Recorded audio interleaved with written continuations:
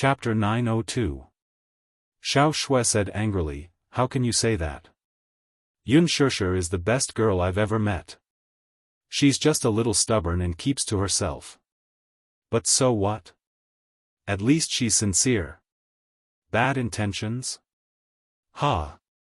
At least Xianxia never talks bad about others behind their backs." With that, she glared at Huang Lili. Unlike some people who only know how to spread rumors and cause trouble. Disgusting. Huang Lili sneered in disdain. Someone whistled, "Io, how touching." Huang Lili didn't say anything bad about Xianxia. She only said what she saw with her own eyes. "Xiao Shui, did you eat explosives today? We're not talking about you." A hint of mockery flashed across Du Jiayan's eyes before he tried to smooth things over. All right. It's rare for us to have a class reunion. Let's not spoil the harmony. Let's talk about something else." Huang Lili said to Muyaja, "I think you're quite pitiful. You look like a talented person, so don't be deceived by what you see. Xianxia isn't a good person and isn't clean. Some time ago, I saw Jiang Li's WeChat Moments video. Her son is already 6 years old. Of all people to be his girlfriend, why did he choose a pair of broken shoes?" Muyaja's face was sullen, his eyes sharp. However, before he could say anything, crash. Xiao Shui stood up with a wine glass in her hand and splashed the expensive wine all over her face. Huang Lili was stunned in her seat. The wine poured down from the top of her head and into her eyes. She was in a sorry state. She was flabbergasted, clearly unable to believe that Xiao Shui dared to splash wine on her. Her chest heaved up and down as she fumed. "How dare you splash wine on me? Broken shoes? I think you're the broken shoes. You said that Xianxia is a broken shoes, but why don't you take a look at yourself? When you were in school, you didn't go home at night and often went to nightclubs. Do you want me to count how many men you've been taken advantage of by?" "Huang Lili, I don't even care to talk about this. It's disgusting to say it out loud," Xiao Shui said excitedly, her face flushed red. The situation was completely out of control. The group of people were dumbstruck. They had never expected that the situation would turn out like this. Du Jiayan also stood up and grabbed her wrist. "What are you doing? Was he crazy? Are you a shrew? Let go. Didn't she see who looked like a shrew? Huang Lili, you're a mad dog, biting people everywhere. Shut up." Du Jiayan glared at her threateningly. Now that Xiao Shui was splashing dirty water on Huang Lili, she was undoubtedly splashing dirty water on him. How could he tolerate this? "How dare you!" Gao Nan stood up angrily and pushed Du Jiayan away, shielding Xiao Shui by his side. "Don't touch her with your dirty hands. What right do you have to push me? What right do you have to talk to me?" Du Jiayan was, after all, young and hot-blooded. Seeing that this man did not know his place and even dared to push him, he was instantly infuriated. "Do you think you're the crown prince just because I gave you some face?" Gao Nan looked at him with disdain. Previously, he did not want to make things too ugly since it was Xiao Shui's class reunion tonight. However, since Du Jiayan had shed all pretense of cordiality, he would not give in to him. Gao Nan immediately turned around and held her hand. He carefully checked it and saw that the spot where Du Jiayan had held it was already red. His heart ached for her. Chapter 903. Gao Nan turned around and threw a punch at Du Jiayan. Caught off guard, Du Jiayan took the hit and fell on the table, spilling all the soup on it. Unfortunately, the white shirt he was wearing today was stained and dirty. "What are you doing? How dare you hit Jiayan?" Huang Lili stood up angrily and pushed away a female classmate, who had kindly handed her a handkerchief, like a shrew. "Xiao Shui, your boyfriend is really good. He even dared to hit him, didn't he? Xianxia is really a troublemaker." "Xiao Shui, are you going against me for her? What has it got to do with Xianxia? Don't you dare slander her. Du Jiayan was helped up by someone. His mouth moved a little before he spat out a mouthful of blood. Gao Nan's punch had actually knocked out one of his teeth. He was furious for a moment. He looked at his dirty clothes and was instantly enraged. He raised his head angrily with a sinister expression. Xiao Shui, neither you nor your boyfriend can leave today. Why? Are you threatening me? Gao Nan's face was ashen. Fine. I'd like to see what capabilities you have and what you can do to me. Xiao Shui was touched by his protection. She wrapped her arms around his waist and glared at Huang Lili at the same time. Huang Lili, you really know how to bully people with your power. I didn't expect you to not change your nature even after graduation. I haven't settled the score with you from our university days. Gao Nan could not help feeling suspicious when he heard her say that. You two had a feud in university? Yes. She snorted. She bought a high-quality imitation Louis Vuitton bag in school. I could tell, so I said that her bag was a fake, and we quarreled. In the end. Gao Nan, guess what? She actually called a bunch of hooligans from outside the school to surround me at the school gate. If not for Xianxia protecting me and secretly calling the police, I might have been dragged away by those hooligans. Then, Xiao Shui's anger was ignited, and she said indignantly, "Humph." Later on, I heard that the leader of those hooligans was a hooligan from East Street. I heard that he was her boyfriend. Nonsense. Huang Lili pointed at her angrily. Xiao Shui, I'm warning you, you're not allowed to slander me. Why would I slander you? What good does it do to slander you? You keep saying that Xianxia is a broken shoe. Why don't you take a look at yourself? How many boyfriends did you have when you were in school? How many times did you have an abortion? Do you want me to list out your bad friends one by one? I think your boyfriend is the pitiful one. I don't know how many times he has been cuckolded by you. Xianxia has always kept herself clean and never hooked up with those guys. How can you compare to her? You. Huang Lili was agitated by her words. She subconsciously glanced at Du Jiayan behind her, only to see him frowning. This made her even more flustered. Jiayan, you didn't listen to her sowing discord, did you? Du Jiayan's face was gloomy but he did not say a word. Xiao Shui, however, sneered. Why would I want to sow discord between you two? Both of you are a scourge. You two are simply getting rid of a scourge for the people by loving each other. You two are so compatible. Xiao Shui's words were extremely hurtful. She could not be blamed for losing her cool, though. Everything she said was the truth. There was no exaggeration or embellishment at all. Chapter 904. In the past, she had never missed a class reunion. She could get along well with Huang Lili. However, today, Xianxia was attending, yet Huang Lili went against her at every turn and even dug up old scores. Digging up old scores? Xiao Shui was not afraid, though. Huang Lili had so many old scores that she did not mind digging through them one by one. After she finished speaking, a male classmate asked in disbelief, Xiao Shui, is what you said true? It's true. Why would I lie? You guys are the ones who have been deceived by Huang Lili's appearance. She paused for a moment before sneering and saying coldly, Huang Lili, there's a saying that's especially suitable for you. It's called, a white lotus loves a gentleman, but a green tea is a real *tch. You. Huang Lili was thoroughly enraged and pounced on her friend with bared fangs and brandished claws. Gao Nan, on the other hand, swiftly pulled Xiao Shui behind him.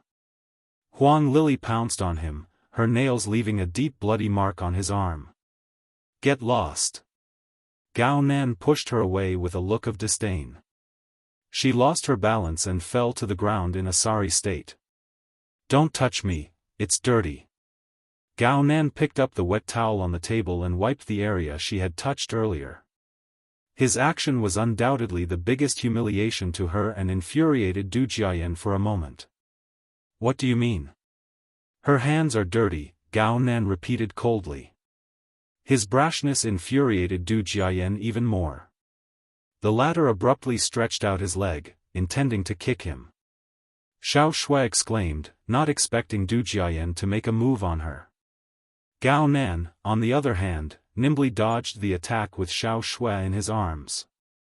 He pushed her aside and started fighting with Du Jiayan. Huang Lili was dumbfounded by the sight.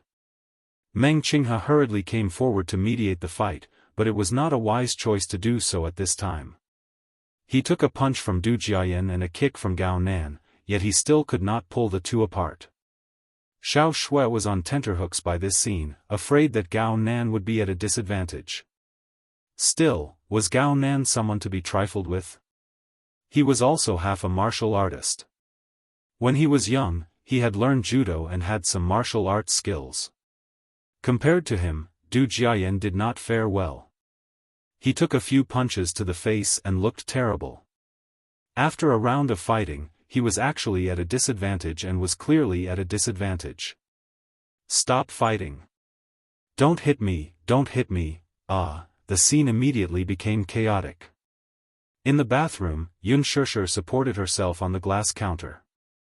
She felt her stomach churn violently, and her stomach churned endlessly.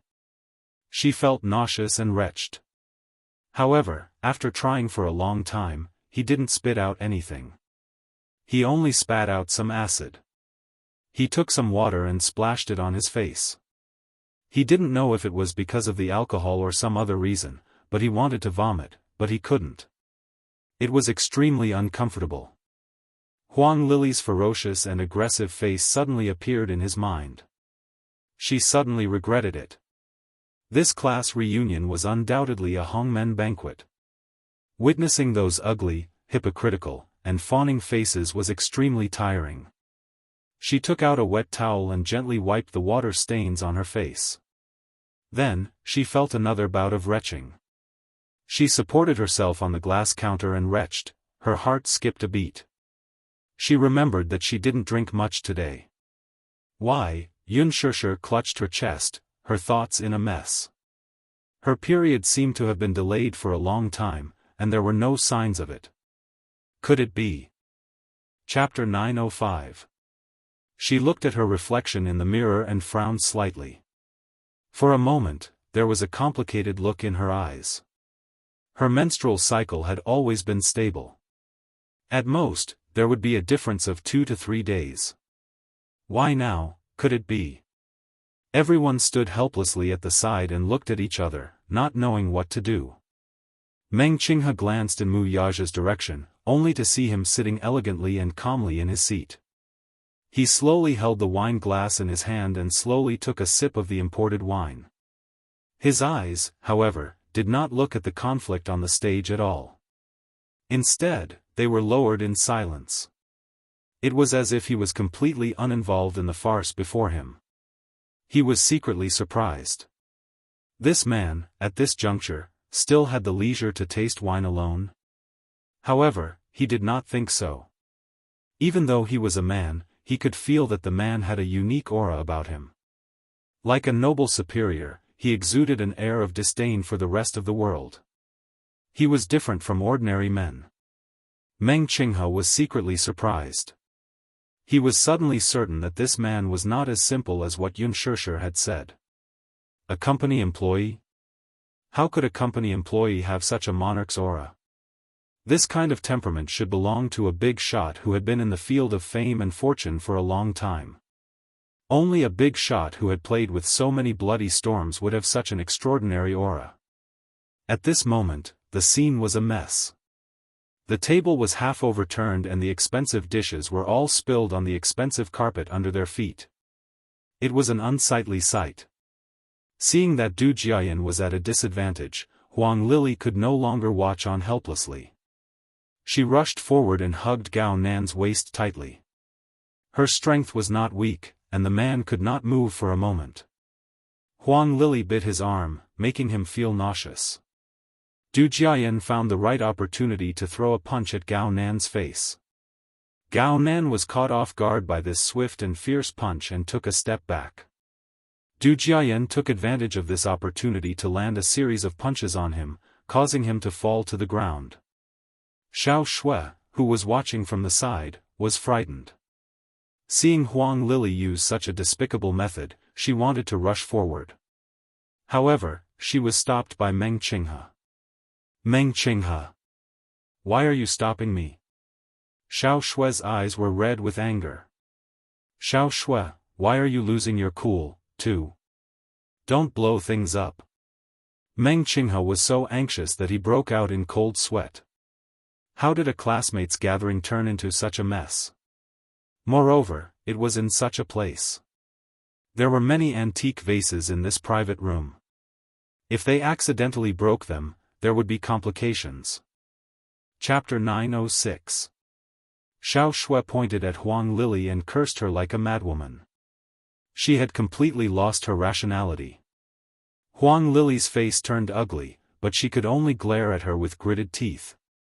Ha! Hee hee. Do you think you're so great just because you have a rich boyfriend? Haven't you heard about the Xiao family? Huang Lili, let me tell you, don't think you're so great just because you're related to the Du family. If you bully Shusher, you're going against me. Going against me is the same as going against the Xiao family. The Xiao family? Du Jiayan's expression changed slightly as he looked at Xiao Shui in disbelief. Is your father Xiao Zheng? Yes.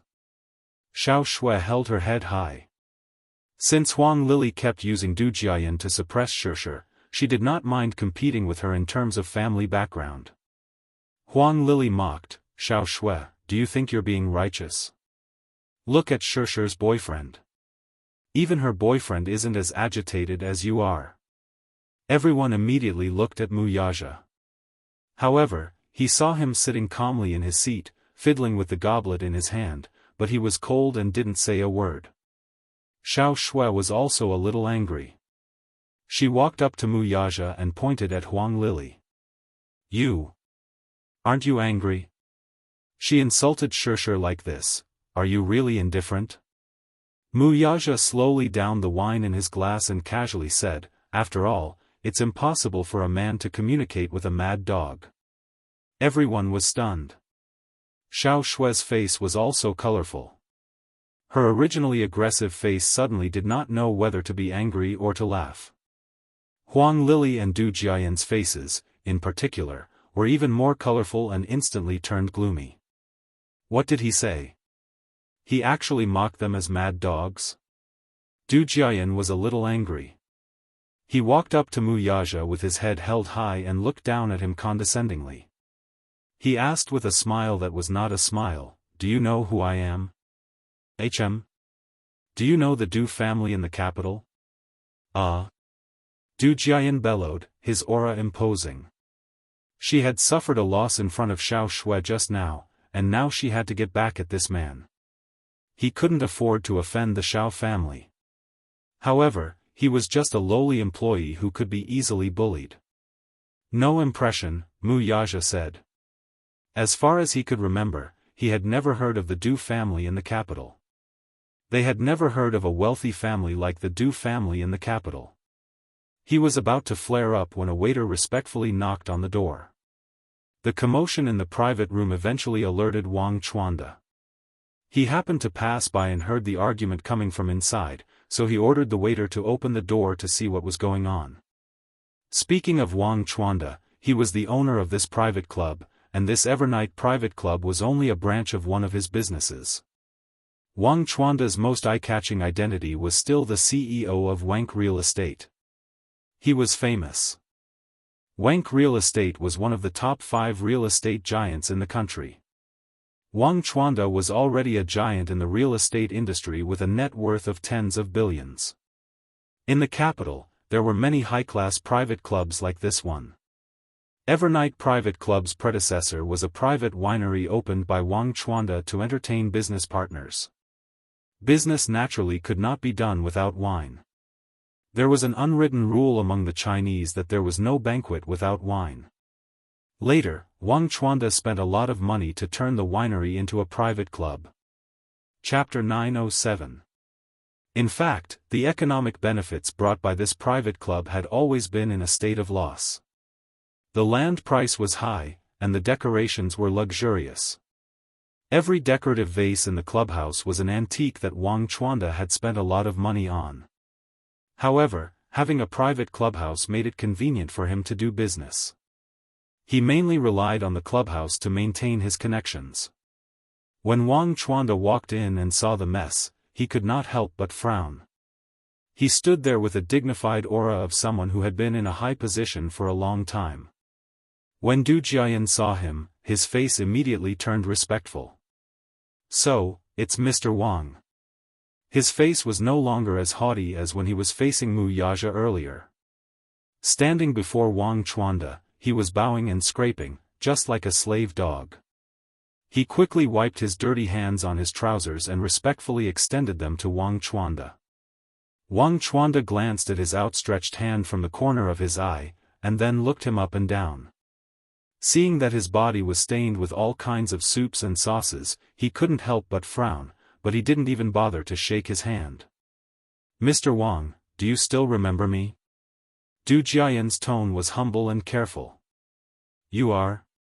"My father is Du Buxiong, and I'm his son, Du Jiayan." "Du Buxiong?" Wang Chuanda pondered for a moment and raised a brow. He seemed to have some impression of the name, but it was not that deep. He traveled around the Vanity Fair every day and had seen many big shots. Naturally, he did not take a small figure like Du Buxiong to heart. This name was somewhat familiar, but the Du family was at most a nouveau riche and not a rich family. Thus, it was understandable that Wang Chuanda did not take it to heart. Seeing his silence, Du Jiayan inevitably felt awkward. He put his face forward, but Wang Chuanda did not even look him in the eye. It was quite embarrassing. When Huang Lili saw this person, she muttered in her heart. This middle-aged man had a strong aura and seemed to be either rich or respectable. Even the arrogant Du Jiayan bowed to him. She thought to herself, this man must be a big shot in some industry. Thus, she hurriedly tidied up her messy hair and rushed over. She walked up to Wang Chuanda, smiled, and winked at him in what she thought was a flirtatious manner. She followed behind Du Jiayan and greeted, "Hello. Director Wang. I'm his girlfriend, Huang Lili." Although he was smiling respectfully on the surface, he was criticizing inwardly. This man seems to be much more powerful than Du Jiayan. If not, why would Du Jiayan fawn over her and wish he could get close to her? He must be a noble figure. Wang Chuanda didn't even look at her. He had seen a lot of women like Huang Lili, who would seize the opportunity to climb up the social ladder. He had seen a lot of women like her. With just one look, one could tell what kind of person he was. How could such a woman be qualified to befriend her? Therefore, he did not take her seriously at all. Naturally, he ignored Huang Lili's fawning. It was as if she did not exist. For a moment, Huang Lili could not hide the embarrassment on her face. Being treated coldly by Wang Chuanda in front of so many people, it was naturally difficult for him to get out of this embarrassing situation. This CEO Wang seemed to have a much higher status than she had imagined. She was so cold and indifferent toward Du Jiayan. Du Jiayan still greeted him warmly, so he must be a big shot that he could not afford to offend. Thus, the smile on her face became even more flattering. Chapter 908. What's going on? Wang Chuanda walked into the private room and saw a group of people standing awkwardly. A man with a cold and stern back was sitting on the chair with a gloomy face. He was playing with the wine glass in his hand and did not ask who had come in. He was instantly displeased. Gao Nan was helped up by Xiao Shui. When he raised his head and saw Wang Chuanda, the smile on his face changed. Uncle. Gao Nan was stunned. Uncle? Everyone present was stunned by Gao Nan's greeting. Du Jiayan, in particular, widened his eyes in shock and then said with displeasure, "Heh. You've got the wrong person. Let me tell you, this is CEO Wang of Wank Real Estate. Don't blindly claim to be his relative." Gao Nan looked at him coldly and could not be bothered with him as he walked up to Wang Chuanda. Du Jiayan was about to stop him when he saw Wang Chuanda's expression change and then turn serious. "Gao Nan, why are you here?" His words shocked Du Jiayan so much that his legs turned to jelly. His whole body froze on the spot, and his dumbfounded expression looked extremely comical. What? Why did Xiao Shue's boyfriend call CEO Wang uncle? The problem is Wang Chuanda really his uncle? Wait a minute, Xiao Shue's boyfriend is called Gao Nan. Huang Lily, who was at the side, was also frightened by this scene. From the moment Gao Nan entered the room, all her attention was on Yun Shusher. Hence, she did not ask about Xiao Shue's boyfriend's identity or background. Still, Gao Nan and CEO Wang are relatives. She was on tenterhooks. Thinking that she had offended Gao Nan earlier, and that he seemed to have a powerful background, she wondered if he would settle scores with her later. The more she thought about it, the more uneasy she became. She looked anxiously at Du Jiayan, only to see his pale face. "It's my girlfriend's class reunion, I'm here with her." Gao Nan told the truth. Wang Chuanda's face was expressionless, but compared to when he faced Du Jiayan, his expression was slightly more relaxed. Speaking of the relationship between Wang Chuanda and Gao Nan, the latter addressed him as uncle because he was his grandfather's nephew. Gao Nan's mother addressed him as cousin. Wang Chuanda was in politics in his early years. After retiring, he went into business. Relying on his connections, Wank Real Estate, which had been established for 10 years, rose to become the third-ranked real estate giant. He had always expected his nephew's expectations. He wanted to send him to the military while he was still young. However, Gao Nan's mother, who doted on him too much, refused to listen to his suggestion. After all, he only had one son. How could he bear to send him to the army for training? That would mean a lot of suffering. Wang Chuanda also dropped the matter. Wang Chuanda had always been strict with Gao Nan, so even in front of everyone, he maintained a stern expression and did not smile at him. "What's going on?" Wang Chuanda looked at the messy scene in the box and questioned sternly. Gao Nan glanced at Du Jiayan and Huang Lily. He did not want to blow this matter up. Besides, it would be too embarrassing if word got out. So he said, "Well, it was a misunderstanding." Chapter 909. "Oh, I see." Wang Chuanda muttered to himself. Seeing the mess in the private room, if it were him, no matter who it was, he would naturally chase them out if they caused trouble in the clubhouse. However, for Gao Nan's sake, there was no need to be calculative. "Gao Nan, you're not young anymore. Don't always think of fooling around outside," he reprimanded. Gao Nan naturally pretended to be frightened by his elder's reprimand and nodded repeatedly. Wang Chuanda turned around and was about to leave under the escort of a group of people. Du Jiayan shot a glance at Mu Yaja, who had been sitting in his seat all this while, and for some reason, he suddenly stepped forward and blocked Wang Chuanda's path. Startled, Wang Chuanda glanced at him from the corner of his eye and asked coldly, "What's wrong?" "Mr. Wang, it's like this. Today is my girlfriend's class reunion.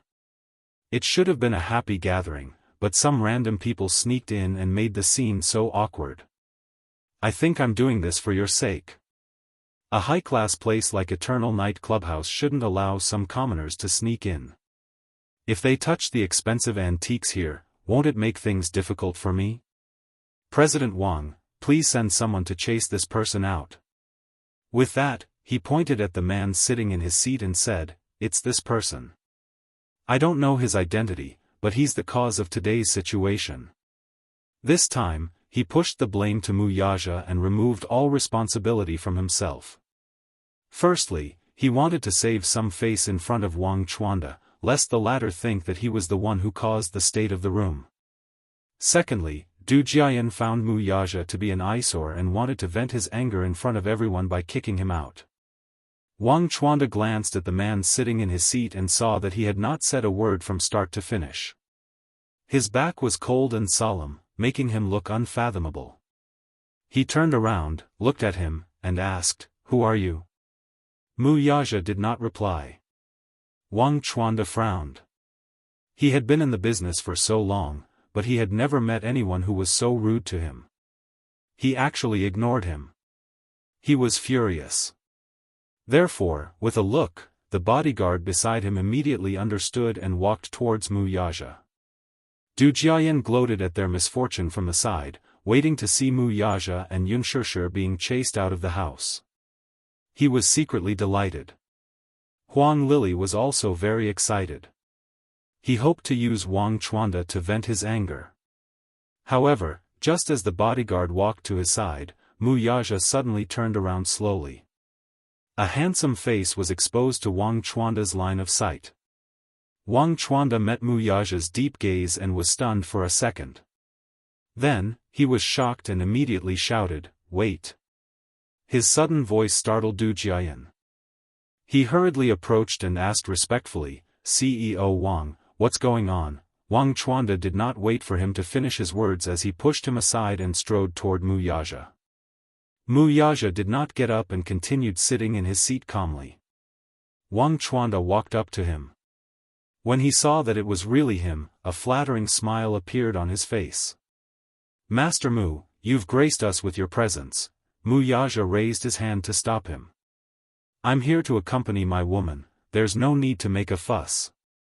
Chapter 9-10. Everyone was even more stunned by this inexplicable scene and looked at each other in dismay. Du Jiayan, Huang Lili, and even Gao Nan, who was standing at the side, were stunned. Why did Uncle show such a courteous expression when he saw this man? Who exactly is this man? Gao Nan looked around cautiously and did not see anyone else. Suspecting that Wang Chuanda had mistaken him for someone else, he hurriedly walked forward and asked, "Uncle, this lad is, don't be rude." Wang Chuanda immediately stopped him. Gao Nan was a sensible person and knew how to read people's expressions. Since this man could make his uncle bend down, his background must not be simple. Hence, he knew his place and did not speak again. "Mr. Wang, long time no see." Yes. I didn't expect to see Master Mu here." "What a coincidence." Wang Chuanda nodded repeatedly. His earlier condescending demeanor was gone as the smile on his face was as respectful as it could be. "I didn't know that you were Master Mu. Please forgive me for not coming out to meet you." "Don't be so formal," Mu Yaja said concisely. "I seem to have heard someone say that they want to chase me out." "Who dares?" Wang Chuanda straightened his back and looked around. He coldly shouted with a sharp gaze, "Since Master Mu is here, you are my distinguished guest. Who is the blind one who wants to embarrass Master Mu? Who dares to shamelessly say that they want to chase Master Mu out? That's the same as embarrassing me." Du Jiayan was pierced by Wang Chuanda's sharp gaze and did not dare to raise his head again. He hurriedly lowered his head and rubbed his fists with a fawning smile, clearly feeling guilty. Huang Lili looked at Wang Chuanda and then at Du Jiayan, who did not dare to speak. She looked indignant and wanted to say something, but she was pulled aside by him and softly reprimanded. "Don't cause trouble." "Oh." She bit her lip and lowered her head as well. Yunshishir returned from the washroom. Just as she entered the room, she felt an unusually solemn atmosphere. 3 to 5 men in black suits stood at the door with solemn expressions. She was startled by it. However, the moment they entered, they saw a group of waiters cleaning up the mess while a group of people sat in the living room. Huang Lili and Du Jiayan sat on the sofa, looking restless. Xiao Shui and Gao Nan, on the other hand, sat at the side. Yunshishir looked around, but did not see Mu Yaja's figure. Seeing her return, everyone looked at her with complicated gazes. However, in their eyes, Yunshishir saw an inexplicable reverence. What's going on? As soon as Xiao Shui saw her, she immediately greeted her. Xianxia, why were you gone for so long? Where did you go? I'm in the bathroom. I don't feel well. Xianxia paused for a moment before explaining, you know, I'm not a good drinker. It's getting to my head. Yes. What's going on? Why is the table overturned? What happened? Humph. Xianxia, it's a good thing you weren't here just now. Huang Lily took advantage of your absence to badmouth you in front of your man. Huang Lily's face was filled with panic as she sat on pins and needles. Xiao Shui, don't talk nonsense. She was still arrogant toward Xiao Shui earlier, but once she learned about the relationship between Xiao Shui's boyfriend, Gao Nan, and that big shot, she became even more polite to Xiao Shui. Chapter 9:11. Xiao Shui stopped abruptly. She realized that her words would only hurt Xianxia even more, so she quickly stopped herself. Xianxia, anyway, she said a lot of bad things about you. So, you two fought? Xianxia narrowed her eyes. Thinking about it carefully, Xiao Shui had always been impulsive and righteous. If Huang Lily were to badmouth her in front of her, the latter would naturally not buy it and would definitely go head-to-head with the latter. Xianxia then looked at the mess on Du Jiayan and Gao Nan and was confused. Xiao Shui briefly recounted what had happened earlier. Xianxia was speechless. Xiao Shui, you're too impulsive. A mad dog bites people, can you stoop to the level of a mad dog? Xiao Shui was stunned for a moment before she was amused by her words and laughed heartily. What's the matter? Xianxia looked at her, not knowing whether to laugh or cry. Xiao Shui retorted, your man said the same thing to you earlier. With that, she imitated Mu Yaja's noble and cold expression and coldly said, after all, a man and a mad dog can't communicate. With that, she collapsed on top of her in laughter. Xianxia laughed as well. These words were indeed Mu Yaja's style. Just the thought of him spouting such vicious words with a cold and elegant face was enough to make her want to die of amusement. They were laughing. However, at this moment, everyone wanted to laugh but did not dare to. After knowing that Xianxia's boyfriend's background was not simple, they felt a great distance between them. Some female classmates who did not get along with her were jealous to the bone. However, they could not show it on their faces. Xianxia finished laughing and surveyed her surroundings with a puzzled look. Where is he? He and Mr. Wang are in the private conference room. Xiao Shui pointed to the closed door at the side. It was a small conference room. Mr. Wang? Who is that? What a coincidence. Mr. Wang is Gao Nan's uncle and the CEO of Wank Real Estate. I didn't expect to meet you here today. After a pause, Xiao Shui suddenly asked, Xianxia, who is your man? I think Gao Nan's uncle is very polite in front of him. I heard uncle call him young Master Mu. Gao Nan suddenly furrowed his brows and asked, Xianxia, who exactly is your boyfriend? Xianxia raised her eyebrows but didn't want to talk to him. Huang Lily also asked anxiously, Xianxia, there were many misunderstandings earlier. I hope you don't mind. After what had just happened, Huang Lily no longer dared to find trouble with Xianxia. The disdain on her face was gone and replaced with respect. I didn't know you, your boyfriend had such a high status. But didn't you say that your boyfriend is a company employee? Why, did CEO Wang change his expression when he saw him? Huang Lily was still in a daze. She still couldn't react. Earlier, Wang Chuanda looked at Du Jiayan with disdain. When he was in front of Mu Yaja, he acted like a grandson. However, this couldn't be said openly. Earlier, Wang Chuanda carefully invited Mu Yaja into the conference room because he had a business deal to discuss with him. Mu Yaja did not refuse. At least, this was Wang Chuanda's territory, so he gave him some face. Xianxia spread her hands. Yes, he is a company employee. But, Huang Lili, you don't have much knowledge and experience. Unspoken explained matter-of-factly, a CEO is also a company employee. Huang Lili's face instantly turned awkward. Everyone sighed inwardly. Chapter 9:12.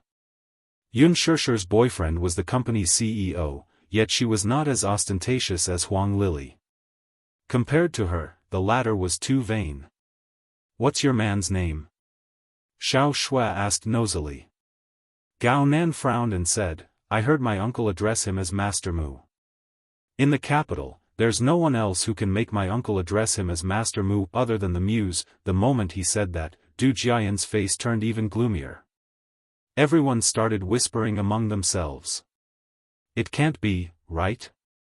Mu Yaja. I've heard of this name before. I heard that he's the capital's Mu family's CEO, Disheng Financial Groups. Gosh. It can't be. Disheng Financial Group's CEO? I heard Unspoken's boyfriend say that he's an employee of Disheng Financial Group. Although his surname is Mu, he might be Mu Yaja's cousin. Just like Xiao Shui's boyfriend and that CEO Wang just now, they might not be Mu Yaja himself. Earlier, Huang Lili's boyfriend said that he knows Mu Yaja and even played golf with him. Why does it seem that Unspoken's boyfriend doesn't know him, though? He. That can't be. Unspoken's boyfriend can't be Mu Yaja, right? Didn't Du Jiayan say that he knows the Mu Group's CEO? If it's really Mu Yaja, how can he not recognize him? The crowd continued to talk among themselves. Feeling his face burning, Du Jiayan cautiously asked, Unspoken, is your boyfriend Mu Yaja? If it's really Mu Yaja, Du Jiayan thought of how he had shamelessly boasted that he had met Mu Yaja a few times and even played golf with him. He even said that he wanted to greet Mu Yaja and take care of him. Heavens, how could he have seen it for real? This was just bullsh** ting. Then, if Unspoken's boyfriend was really Mu Yaja, then wouldn't he be embarrassed? At this thought, Du Jiayan's face turned white as he fidgeted uneasily. He wished he could dig a hole in the ground and bury his face in it. Unspoken ignored him. He sat down on the sofa. The waiter brought her some desserts. Huang Lili was also hungry. Due to the farce just now, she didn't have time to fill her stomach, so she shamelessly went to get some food. The waiter politely refused, I'm sorry. Madam, the dessert was prepared by CEO Wang for Miss Yun. Huang Lili's lips twitched as she swallowed a mouthful of dust. Xiao Shui held her stomach and laughed. Huang Lili, you still have the face to eat? Take your dirty hands away, it's disgusting. Huang Lili was furious, but she didn't dare to say anything. She could only retract her hand. In this class reunion, she had really lost all face. Gao Nan, on the other hand, had mixed feelings. Initially, the reason he came to the class reunion was mainly because of Unspoken, but tonight, she brought a man along. He thought that it was because of the previous incident, so he specially brought a bodyguard to protect her. However, when he found out about this bodyguard's mysterious identity, the capital's Mu family. This man turned out to be Mu Yaja. His heart was filled with mixed feelings. In the beginning, he was determined to get Unspoken.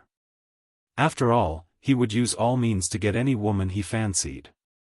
As for Unspoken, he was determined to get her and saw her as his.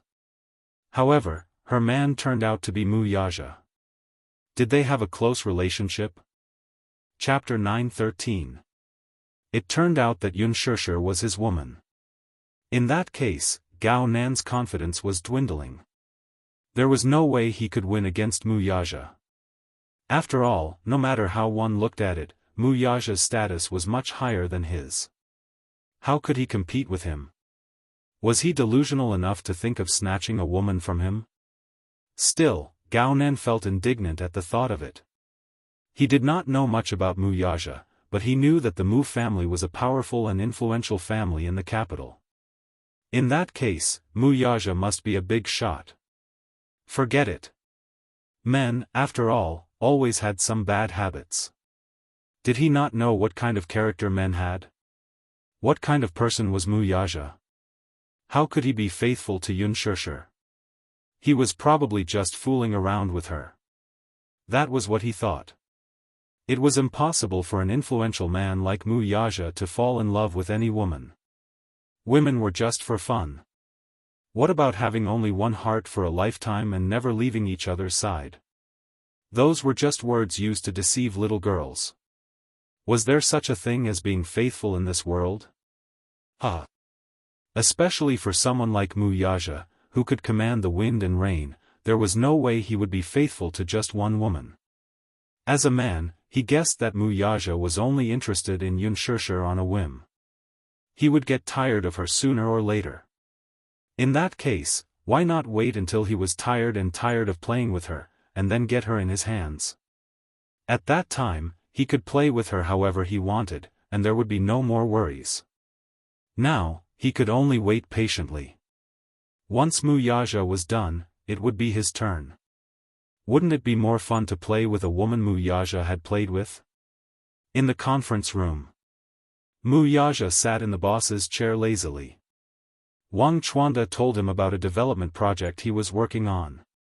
He planned to develop a new building, but before that, he had to win the bidding rights for this piece of land. This piece of land was a golden resource. In order to obtain the right to bid for this piece of land, it was necessary to establish a relationship with the main government. Wang Chuanda's mother was the sister of Gao Nan's grandfather, who was one of the founding fathers of the central government. However, although he was one of the founding fathers of the country and had a prominent position, he was still old and had long retired from the political scene. He no longer had any real power in his hands. In some aspects, his words naturally did not carry much weight. However, the Mu family was different. Mu Linfeng was Wuxia's fourth uncle. He had a military background and was very powerful. If he could work with the Mu family, he would definitely win the bid for this piece of land. Disheng Financial Group's financial strength was also very strong. If the Mu Group could clinch this cooperation, then the future prospects of this project would be extremely bright. Previously, Wang Chuanda had always wanted to meet Wuxia to discuss the development project. However, Wuxia had a lot of work to do, so he had to postpone the meeting again and again. Now that he had the chance to meet him here, of course, Wang Chuanda would not let it go so easily. The Mu family was rich and had a military background. If he could work with the Mu Group, he would be more than happy to see it happen. In terms of profits, Wang Chuanda was also very generous. He claimed that if the Mu Group was willing to open up a channel for Wan Ku, the profits would be at least 10 figures. 10 digits was already a considerable figure. It seemed that Wang Chuanda had gritted his teeth and put in a lot of effort to win the cooperation with the Mu Group. Wan Ku is going to bid for this piece of land just to build a villa. Chapter 9:14. Mr. Wang, you should know that the real estate companies under the Mu Group specialize in villa development. You said that you want to develop this land into an eco-villa park, but forgive me for being presumptuous, but in my opinion, Wan Ku Real Estate can't compete with the Mu Group when it comes to eco-villas, am I right? His words were arrogant, but they did not lose their decorum. Especially in front of Wang Chuanda, Wuxia actually addressed himself as a junior. It was obvious that he respected the man. It was not that Wuxia was arrogant. The Mu Group's real estate company was the #1 in the industry. It was unquestionably the leader and monopolized half of the real estate industry. In the real estate industry, Mu Group had always been working hard on the development of villas. Recently, a project under Mu Group's real estate, Unshanshi, was about to open for business. Unshanshi was the most high-end ecological villa in the capital city. Wan Ku was indeed unable to compete with the Mu Group when it came to villas. However, even if they had the confidence to build a villa park that was more high-end than Unshanshi, wouldn't they become the Mu Group's competitor? How could Wuxia allow others to take a share of the pie? The Mu Group would never cooperate with a competitor. The meaning behind Wuxia's words was simple. The Mu Group had always been in control of the villa industry and would not allow other real estate companies to infringe on it. Wang Chuanda was shocked by his boldness. The man in front of him was young, aggressive, and arrogant, but not rude. When he compared him to his nephew, he found that the two were simply incomparable. The student had surpassed the master. Every time he dealt with Mu Yaja, even though he was a sly old fox, he could not gain any advantage. The land that you have your eye on is Golden Osmanthus Garden, right? Yes, that's right. The Mu Group has taken the land next to Golden Osmanthus Garden and intends to turn it into a trade center. Since the garden is in a good location, the Mu Group will develop more eco-villas there in the future. If you're interested, why don't we work together? Okay. Then, it's settled. Wang Chuanda laughed. Mu Yaja suddenly asked, "Is that Gao Nan your nephew?" When he said that, Wang Chuanda's face suddenly changed. He immediately became serious and asked carefully, "Young Master Mu, did I offend you in some way?" Huff. He snorted coldly, but didn't speak. Only his pair of eyes faintly chilled. Wang Chuanda had been in the world of fame and fortune for a long time, and his mind was astute. He also knew how to observe people's expressions. Seeing Mu Yaja's expression, his face suddenly broke out in cold sweat. He guessed that his disappointing nephew must have offended this big shot, so he immediately lowered his face and apologized first. However, he had no idea how Gao Nan had offended Mu Yaja. Under his shameless questioning, Mu Yaja slowly opened his mouth. "That nephew of yours doesn't know how to behave." "Oh? What does young Master Mu mean by this? Why don't you tell me? If this brat does anything wrong, I will definitely teach him a lesson." Chapter 9:15. Mu Yaja's words were clear, but they were a little harsh. Wang Chuanda broke out in a cold sweat. His nephew was talented and had his own ideas, but he was still a young man. Wang Chuanda was busy with work, but he would occasionally hear rumors in the circle. His nephew did not have any other shortcomings, but he was especially promiscuous. This seemed to be a deep-rooted bad habit of many men, but it was especially carried forward by Gao Nan. Gao Nan must have been blind and offended Mu Yaja. Is it because my disappointing nephew offended young Master Mu's woman? He asked vaguely. Mu Yaja was noncommittal as he cast a sidelong glance at him coldly. Wang Chuanda's guess was confirmed in his eyes, and he immediately said solemnly, "Master Mu, I'm really sorry. That lad has been spoiled by my cousin. I thought that he should be more careful now that he's old, but I didn't expect him to get worse. Don't worry, though, I'll definitely teach him a lesson later." After saying that, he did not forget to put in a few good words. "Master Mu is young and promising. If my disappointing nephew can be half as good as you, I'll be gratified."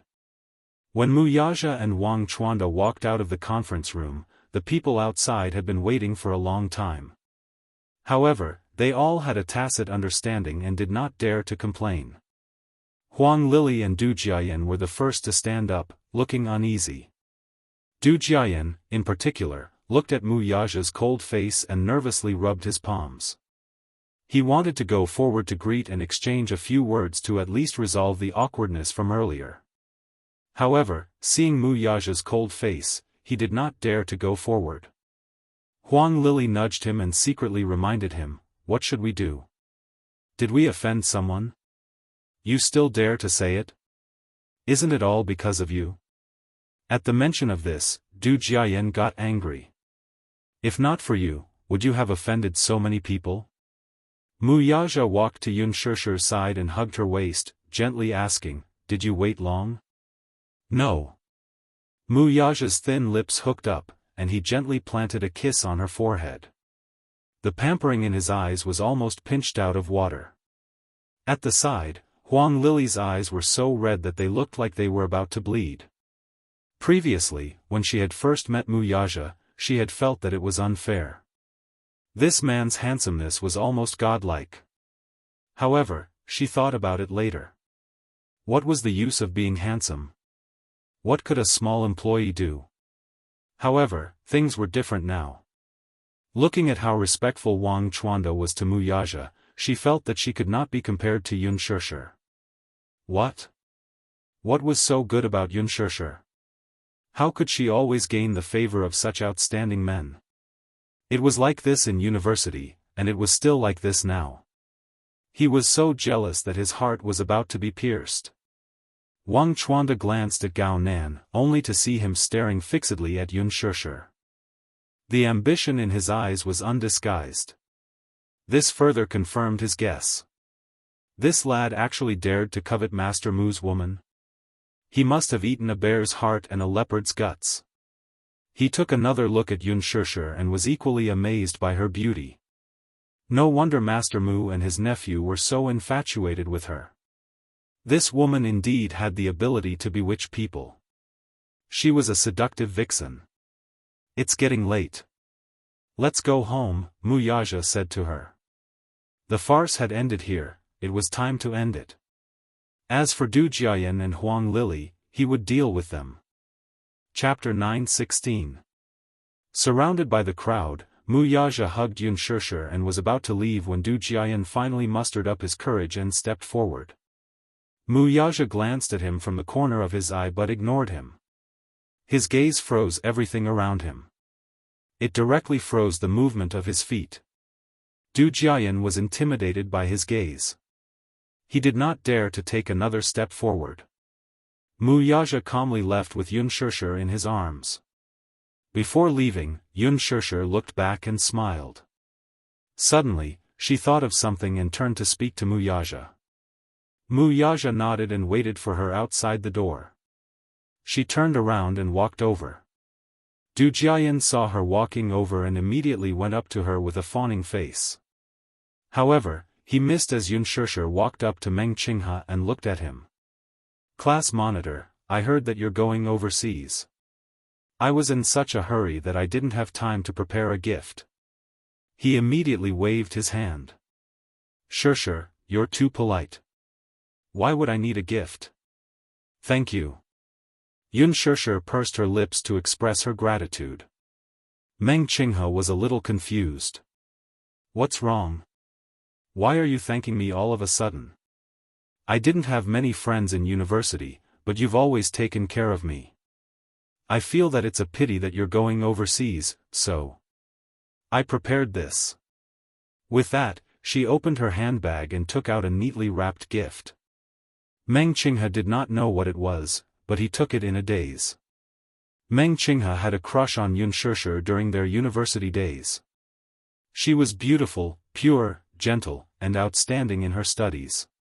He had always regarded her as a goddess that no one could replace. At that time, there were a lot of rumors about Yun Shishir, and the whole class did not like to be close to her. However, he believed her and even said to her, Shishir, don't care about those rumors. I believe in you. Yun Shishir had never had the chance to express her gratitude for his trust. Hence, this was one of her goals for attending the banquet tonight. I haven't had the chance to thank you. I hope you'll like this gift that I made myself. With that, she smiled and turned to leave. Du Jiayan wanted to chase after her to explain himself, but Yun Shishir completely ignored him. Meng Qinghe watched her leave, and the corners of his mouth curled up. He didn't have too many regrets about this class reunion. At least, he had a perfect ending to his youthful and obscure crush. At least, he could give himself an explanation. He lowered his head to look at the gift Yun Shishir and caressed it with his fingertips. His eyes uncontrollably teared up.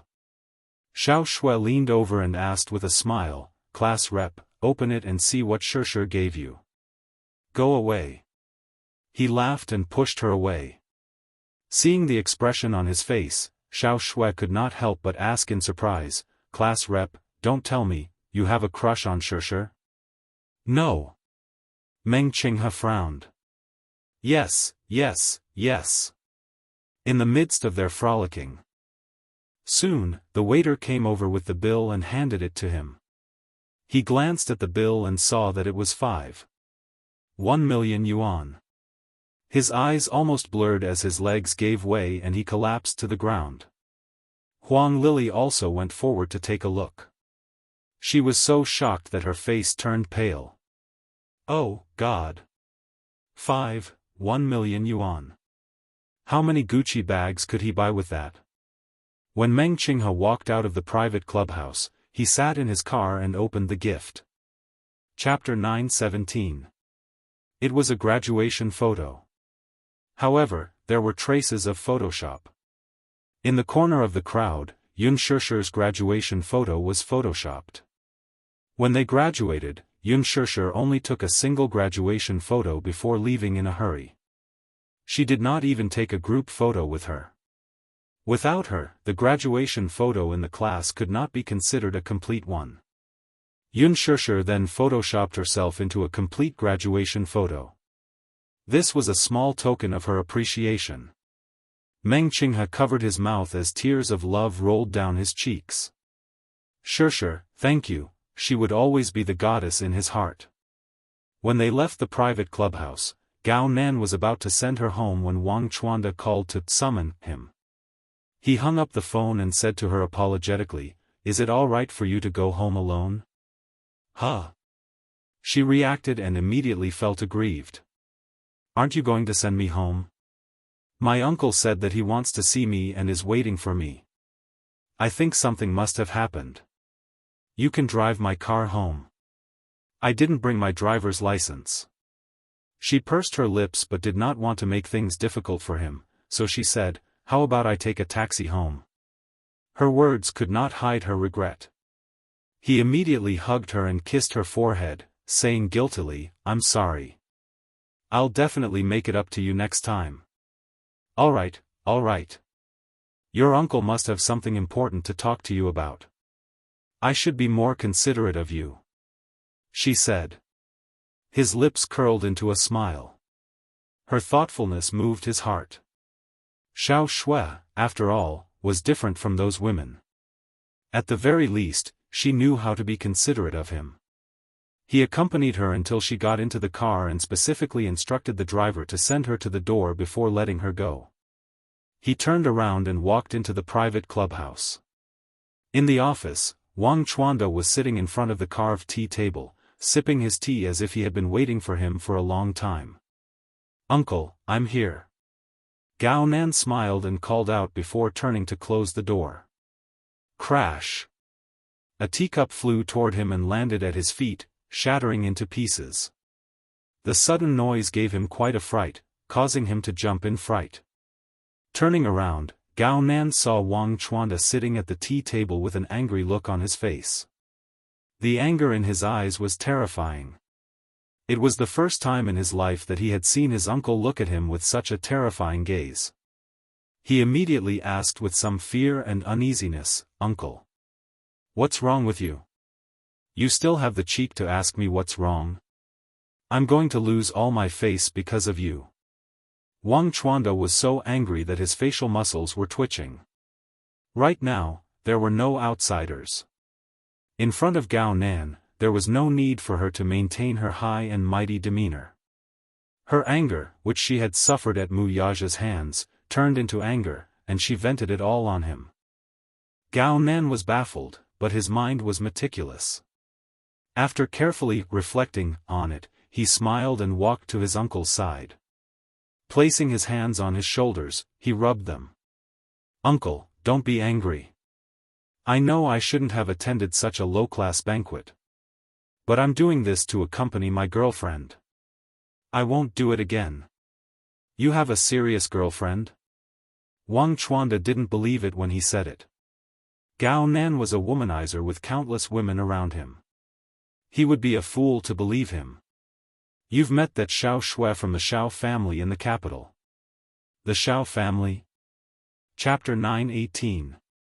The Xiao family in the capital was rather famous. He had heard of them but had never come into contact with them.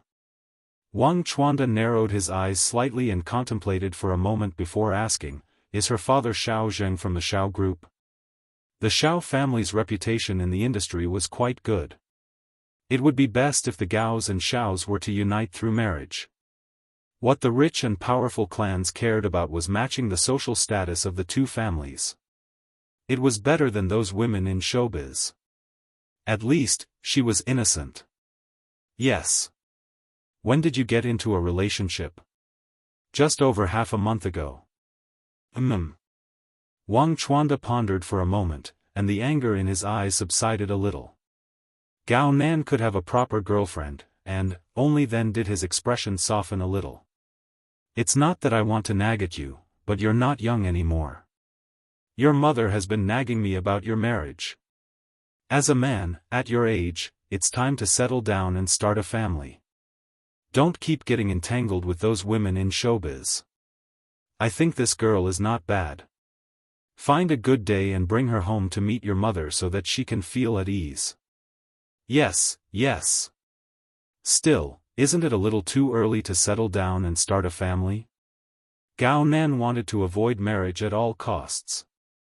The thought of it gave him a headache. He was still young, why should he get married so early? Wang Chuanda reprimanded him. Early? You're almost 28 and will be 30 soon. Is it too early? You should settle down early. Your grandfather has been nagging about having a great-grandson every day. Now that you're married, he'll also settle down. Gao Nan did not want to deal with this matter further, so he brushed it off with a few perfunctory words. He thought that this was the reason why Wang Chuanda was looking for him. However, he heard Wang Chuanda say sternly, "What's going on between you and young Master Mu? He's already complained to me.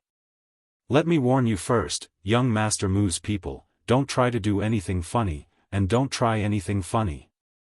Young Master Mu is not someone you can afford to offend." Gao Nan quickly understood. Did Mu Yaja say something to you? Wang Chuanda fumed. Be more respectful. Are you qualified to call him by his name? Gao Nan, on the other hand, was unconvinced. He and Mu Yaja were of the same age and generation. What was wrong with calling him by his name? Wang Chuanda seemed to have read his mind. Seeing the unconvinced look on his face, he snorted coldly and said, "Don't make such a face. It's not that I'm looking down on you, but you're also 28 years old. How can you compare to him? I don't even have the face to tell others. Look at young Master Mu. He's young and promising, and he's already a big shot in the capital. And look at you. Sai, I don't need to scold you. If you call him young Master Mu in front of him, it's because of me. Otherwise. Uncle. Gao Nan was speechless. How can you insult your nephew like this? I'm just warning you. From now on, you're not allowed to offend young Master Mu's people. Do you understand? Wang Chuanda's gaze was sharp and his tone was firm. Regarding this matter, he did not go overboard. His harsh words were meant to give him a strong dose of medicine. Otherwise, if he continued to let this brat go on like this, who knew what kind of trouble he would bring to himself? I know. Gao Nan's face was perfunctory, but he was not going to give in obediently. He would wait until Mu Yaja got tired of the woman he fancied before he played with her. Anyway, it was impossible for him to give in obediently. Still, he could not let Wang Chuanda know what he was thinking. Chapter 919. Yay! We're home. When they reached home, Xianxia threw her bag aside and threw herself onto the soft sofa in her high heels. She did not look like a goddess at all.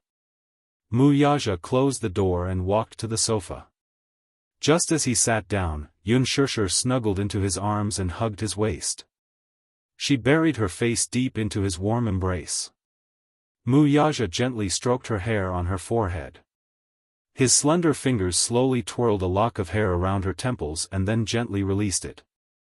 He leaned against his body lazily and held the side of his head with one hand as he twirled her hair around his fingers.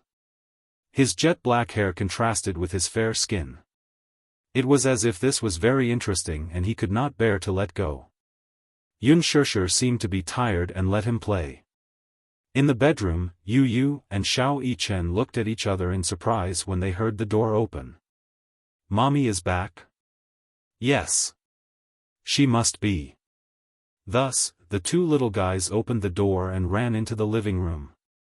However, Xiao Yichen's sharp eyes caught sight of Mu Yaja hugging Yun Shishir on the sofa.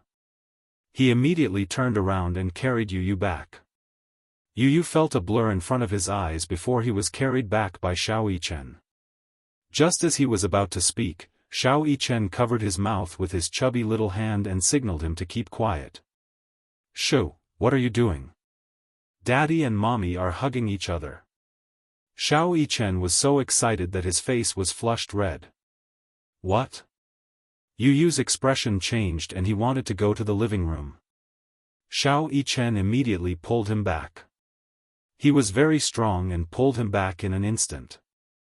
Yu Yu looked unhappy. "Mu Yichen, what are you trying to do? You can't ruin Daddy's plans." Xiao Yichen pouted. "It's rare for me to see Daddy and Mommy making progress. You can't mess things up." Yu Yu was speechless. "Yu Yu." Xiao Yichen blinked innocently at him. Yu Yu couldn't do anything to him.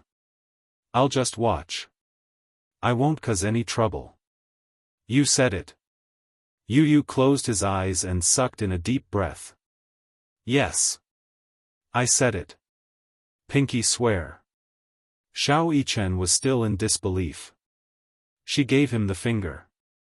Yu Yu's patience had reached its limit. "Mu Yichen, pinky promise." Xiao Yichen ignored the impatience on his face and hooked his pinky. Yu Yu pursed her lips and gave him a tug. The two little lads then tiptoed behind the wall and sneaked a peek at the sofa. "Hey!" Yun Shishir looked up at him and gently poked the man's chest with her finger. Mu Yaja raised his eyebrows and glanced at her. "What's wrong? Was today's class reunion boring?" Mu Yaja pondered for a moment. "No." Yun Shishir's eyes widened in disbelief. "I thought you would find it boring. Isn't it interesting? Your classmates are really interesting." Yun Shishir nestled in his arms and rubbed her fingertips. She was obviously a little uneasy. She remembered that Xiao Shui had said a lot of bad things about her when she went to the bathroom. Even if it was untrue, he still heard it. He didn't ask her about it along the way, so she didn't know if he heard it. Mu Yaja saw her complicated expression and pursed lips. He didn't know what she was thinking about. He couldn't help but pinch her cheeks. "What are you thinking about?" "I'm thinking." Yun Shishir pondered for a moment and decided to ask about it. Chapter 920. She stared at his face, not wanting to miss the slightest change in his expression. Mu Yaja frowned slightly, but he did not try to hide it. "Yeah. Did you say that I was kept by someone when I was in university?" Yun Shishir tried to probe further. Mu Yaja frowned slightly. "Yeah. Then you." Yun Shishir looked extremely conflicted. Suddenly, she asked, "Do you believe it?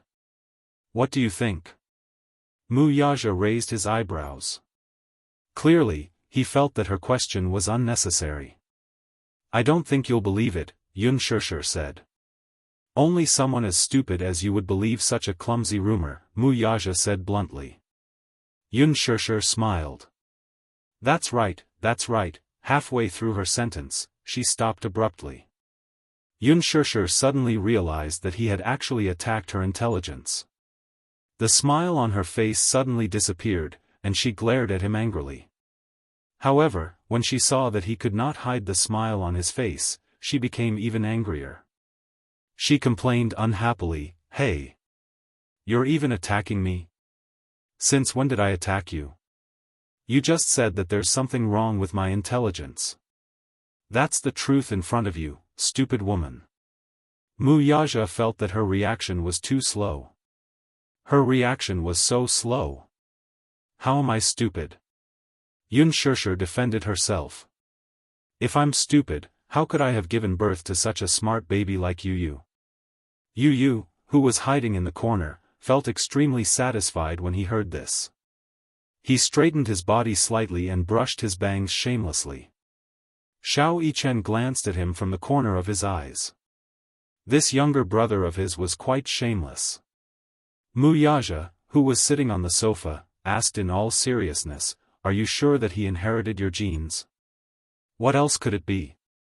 If you weren't so stupid, you might be smarter," Wuxia said from the bottom of his heart.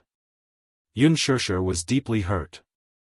She wrinkled her nose in grievance and pouted her lips high. "How am I stupid? How am I stupid? I'm very smart, okay? Praise me. Quick, praise me for being smart." Unspoken refused to admit defeat. She started messing around in his arms, pounding his chest with her small fists. She was acting coquettishly towards him. It was rare for her to act coquettishly, but when she did, she had her ways. The man was quickly defeated. Okay, you're smart." Wuxia was too lazy to lower himself to this little woman's level, so he coaxed and lied to appease her. "You don't really mean what you say." Looking at Unspoken's tangled little face, Wuxia intimately rubbed the tip of her nose, then planted a kiss on the corner of her lips. His deep eyes met hers. "I just like your stupidity." He just liked her clumsy appearance. She was so cute and adorable. He just couldn't get enough of her.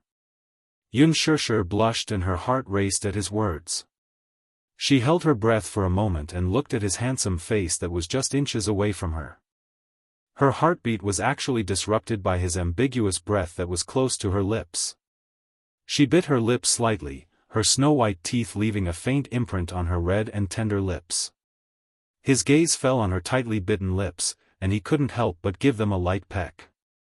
After that light peck, he couldn't hold it in anymore. He caressed her cheeks and kissed her without restraint. He gently pried open her lips and engulfed her sweetness and beauty.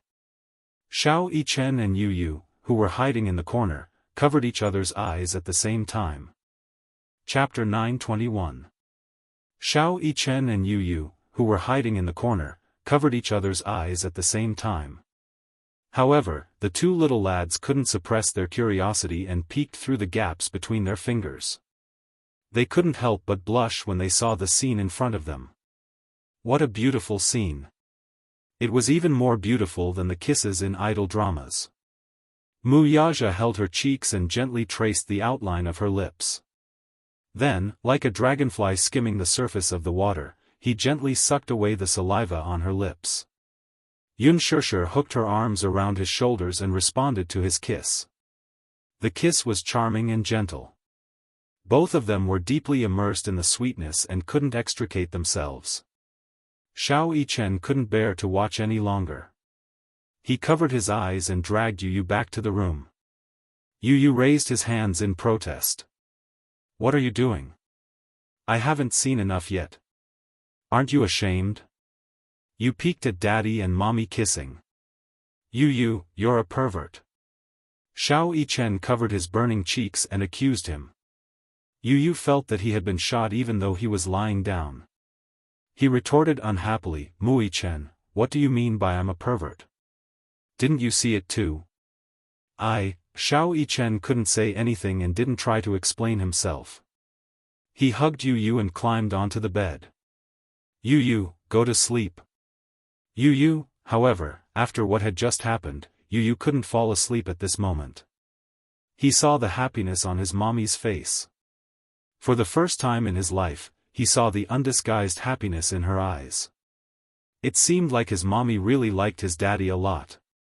If that was the case, then he decided to protect his mommy's happiness and not allow anyone to destroy it. The temperature in the living room continued to rise. Wuxia lifted her skirt and wanted to use this kiss to elevate their relationship. However, at this moment, he heard a gulp. Unspoken's expression froze. Wuxia was also stunned. "Who's calling?" "Go." Another sound came from Wuxia's stomach. It was too much of a killjoy. The originally ambiguous atmosphere was immediately destroyed. She held her breath and pressed her ear against his stomach. She raised her head and blinked. Looking at him, she couldn't help but chuckle. Hungry?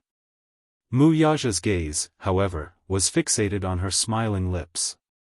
He was hungry. No matter which aspect it was, then I'll cook for you, okay? Unspoken sat up. Mu Yaja followed her words and slowly looked down. Unspoken looked at his burning gaze that kept moving downwards. Her face turned red, and she immediately knew what he was thinking. She immediately reached out to hold his face and lifted it up. Hey, don't misinterpret my words, okay? Misinterpretation? Mu Yaja's eyes were slightly puzzled, as if he did not understand. It was as if she was the one who was thinking dirty and not him. Unspoken's face turned slightly red. She pursed her lips and said, I said, if you're hungry, I'll cook noodles for you. Don't think too much, okay? Mu Yaja merely smiled and did not tease her further. Okay. He was really hungry. Hence, Unspoken went into the kitchen to prepare. She rummaged through the cabinets and realized that there were not many ingredients left in the house. Usually, Yu was very particular about the amount of food she prepared for dinner. Basically, it was just enough and there would not be any leftovers. Even if there were leftovers, they would not leave it for the next day because it was unhealthy. Hence, there was only instant noodles left in the house. Unspoken raised her eyebrows. It was better than nothing. Chapter 922. She had not been in the kitchen for a long time, so it was inevitable that she was rusty. Naturally, her culinary skills could not be compared to Yu's, but the taste was still palatable. When she placed the instant noodles and stir-fried vegetables on the table, Mu Yaja was hugging a pillow and closing his eyes to take a nap. She approached him quietly and saw the tiredness on his face. Although she could not bear to disturb him, she still gently woke him up. The noodles are ready. Mu Yaja was startled awake. His gaze sharpened for a moment, and then his vision cleared up. When he saw Unspoken's warm smile, his gaze softened and became calm again. Unspoken was stunned. When he opened his eyes just now, there was a strong murderous look in his eyes. It was very scary. Mu Yaja saw the slight change in her expression and could not help but ask, what's wrong? Your gaze just now, for a second, it was very scary. She said truthfully. Did it scare you? Unspoken nodded. When I was in military training, I had to be alert at all times even when I was sleeping, Mu Yaja said. Oh. Is that so? Unspoken immediately said, the noodles are ready. Hurry up and eat. It won't taste good when it gets cold. Mu Yaja sat at the table. When he saw that the so-called noodles were actually instant noodles, his eyes were filled with disdain. Instant noodles? He snorted coldly. This stupid woman. She used this to brush him off. Can't I? There's only instant noodles at home. You can suffer for a while. It's better than going hungry. Mu Yaja was still disdainful, but he was really hungry. Therefore, he did not care so much. He picked up his chopsticks and started eating. He took a bite. It tasted pretty good. It was not his first time eating instant noodles.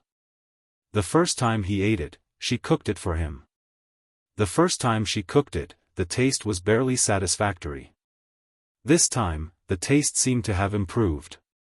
Your skills have improved. Mu Yaja blurted out a compliment that was not really a compliment. Unspoken was speechless. She looked at him silently, the corners of her eyes twitching. Does making instant noodles depend on one's skills? Even an idiot could do it, okay? However, she did not dare to say this. Therefore, she felt that Mu Yaja was that idiot. He definitely didn't know how to make instant noodles. Such a high and mighty man had never had to worry about food and clothing. Every bit of his life was taken care of by others. How could he step into a place like the kitchen?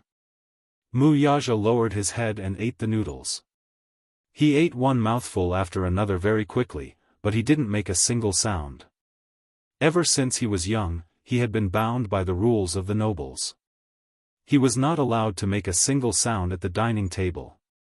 He sat up straight, and the hand holding the chopsticks was slender and fair.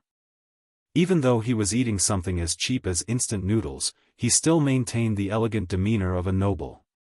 His noble aura seemed to be emitted from his bones.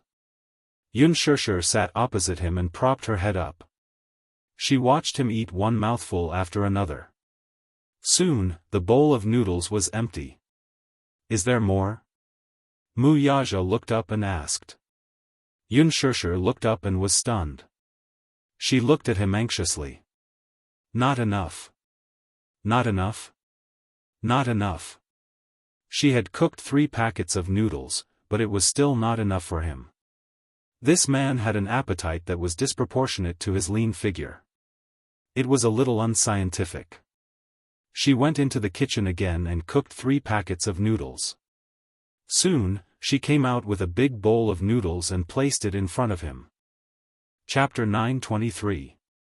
Mu Yaja took mouthful after mouthful of noodles and wiped them clean. Not a single strand was left. He seemed to be really hungry as he even finished all the soup. Mu Yaja put down the bowl and stared at her with his dark eyes as he raised a brow. Unspoken asked carefully, "Are you full?" "No. But I'm not particularly hungry," Mu Yaja replied. She sucked in a deep breath of cold air. She suddenly felt that she should get to know this man again. Why didn't she realize that he had such a big appetite before?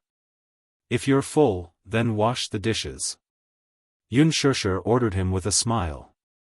Mu Yaja's eyes narrowed and he said, "I don't know how to." "If you don't know how to, I'll teach you." "If that's the case, why don't you do it yourself?" Mu Yaja asked calmly. This question stumped her. Unspoken frowned and said, "It's already hard for me to make noodles for you." The man's eyes twitched. What was so hard about making a few bowls of noodles? "Hence," he said, "instant noodles should be easy to make." He glanced at her. She was clearly the one who wanted to slack off. "How about this? We'll decide by rock paper scissors. The loser will wash the dishes." Unspoken stood up and rolled up her sleeves proudly. Mu Yaja, who was sitting in his chair, nonchalantly raised the corner of his eye to look at her and readily agreed. "Okay." At this moment, the atmosphere in the restaurant was strange and heavy. Unspoken stared at Mu Yaja fiercely. She slowly rolled up her sleeves and raised her fist high. "Rock paper scissors." "No, let's do it again. Best of 3. You, don't go back on your word." Unspoken glared at him. "Rock paper scissors." The air froze for a moment. Mu Yaja smiled and retracted his hand, crossing his arms elegantly. Unspoken was so angry that she almost threw herself onto the table and vomited blood. What was going on? She lost again. Unspoken pointed at him angrily. "You cheated. You must have cheated." Mu Yaja lazily knocked on the table, but his eyes were full of smiles. "Miss Yun, please pay attention to your demeanor. As the saying goes, if you agree to a bet, you must accept defeat." Unspoken endured and clenched her fists. How could she just let it go when it was related to a person's dignity? She wanted to pester him for another round, but Mu Yaja ignored her. Unspoken could only unwillingly carry the bowls and chopsticks into the sink. With a face full of grief and indignation, she took the steel wire ball, squeezed some detergent, and started to scrub it. Suddenly, she heard footsteps behind her. Following that, a pair of long arms slowly wrapped around her waist, and a warm and strong body pressed against her back. Mu Yaja then hugged her waist from behind, and his chin gently rested on her shoulder. His warm breath gently rolled around her cheeks, as if he was teasing her invisibly. Unspoken was stunned, and her hands unconsciously stopped moving. She unnaturally tugged at the corner of her lips and said with a stiff smile, "Hey, hey, hey, what are you doing?" Mu Yaja didn't say anything, but reached out to hold her hands. At that moment, her hands were still stained with the foam and oil from the detergent. He held them gently, and his fingertips gently caressed them as he stared at the calluses on her hands. Her 10 fingers were very slender, and this kind of hand was born to play the piano. It was beautiful and clean, and she could easily cross an octave. Chapter 924. Yunshursher widened her eyes in shock. Why was this man suddenly interested in her hands? She was still washing the dishes, and her hands were covered in detergent and grease. Didn't he find it dirty? Furthermore, her hands weren't considered good-looking. Why was he staring at them? In reality, she hadn't done much housework since she was young. However, after the Yun family fell apart, she started to learn how to do housework. When she was in university, she worked part-time. She remembered that when she was in university, manicures were popular in class. Almost every girl in class would happily get their nails done during the holidays. However, she couldn't do that. She had to work part-time. If she had manicures, it would be inconvenient for her to work. At that time, the most she did was wash the dishes. She had to wash thousands of dishes a day, and her back hurt. Her hands were also soaked in grease all year round, so they were a little rough. At one point, she felt dejected. Her hands were originally fine, but they were now so ugly because of her. The more he stared at them, the more embarrassed she felt. She retracted her hands, but he held them tightly. Yunshursher was a little annoyed. "Why do you keep staring at my hands?" Mu Yaja chuckled softly all of a sudden and casually remarked, "Your hands are so ugly." Yunshursher's face darkened instantly. She gritted her teeth and said, "Mu Yaja. Are my hands as ugly as you say?" He smiled. "But, when I look at them again, they look pretty good." Yunshursher was stunned. She thought that she was hearing things. Huh. One moment, he said that her hands were ugly. The next moment, he said that they looked pretty good. Why was this man so contradictory? "Why do you have so many calluses?" he suddenly asked in a deep voice. Yunshursher retracted her hands unwillingly and slapped his hands away. She then buried her head in washing the dishes again. Suddenly, she pretended to be relaxed and said, "I used to wash dishes often. Perhaps it's because I was soaked in grease all the time. It's a part-time job. When I was forced to, I even did heavy work." "Heavy work? A moving company. You even do that?" "It can't be helped. The salary is high, so." Yunshursher didn't continue. The kitchen was silent for a moment. Mu Yaja didn't say anything, but she said indifferently, "Someone like you who was born with a silver spoon in his mouth, who didn't have to worry about food and clothing, who came from a rich and powerful family, how could you understand the lives of poor commoners like us? If you're used to eating delicacies, how would you understand that there are people in this world who would not hesitate to move bricks just to fill their stomachs?" She suddenly raised her eyebrows and said, "I have a classmate who works part-time to study.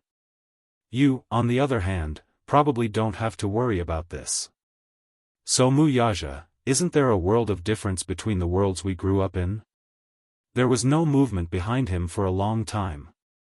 His breathing was still soft and warm. In the kitchen, only the sound of water could be heard.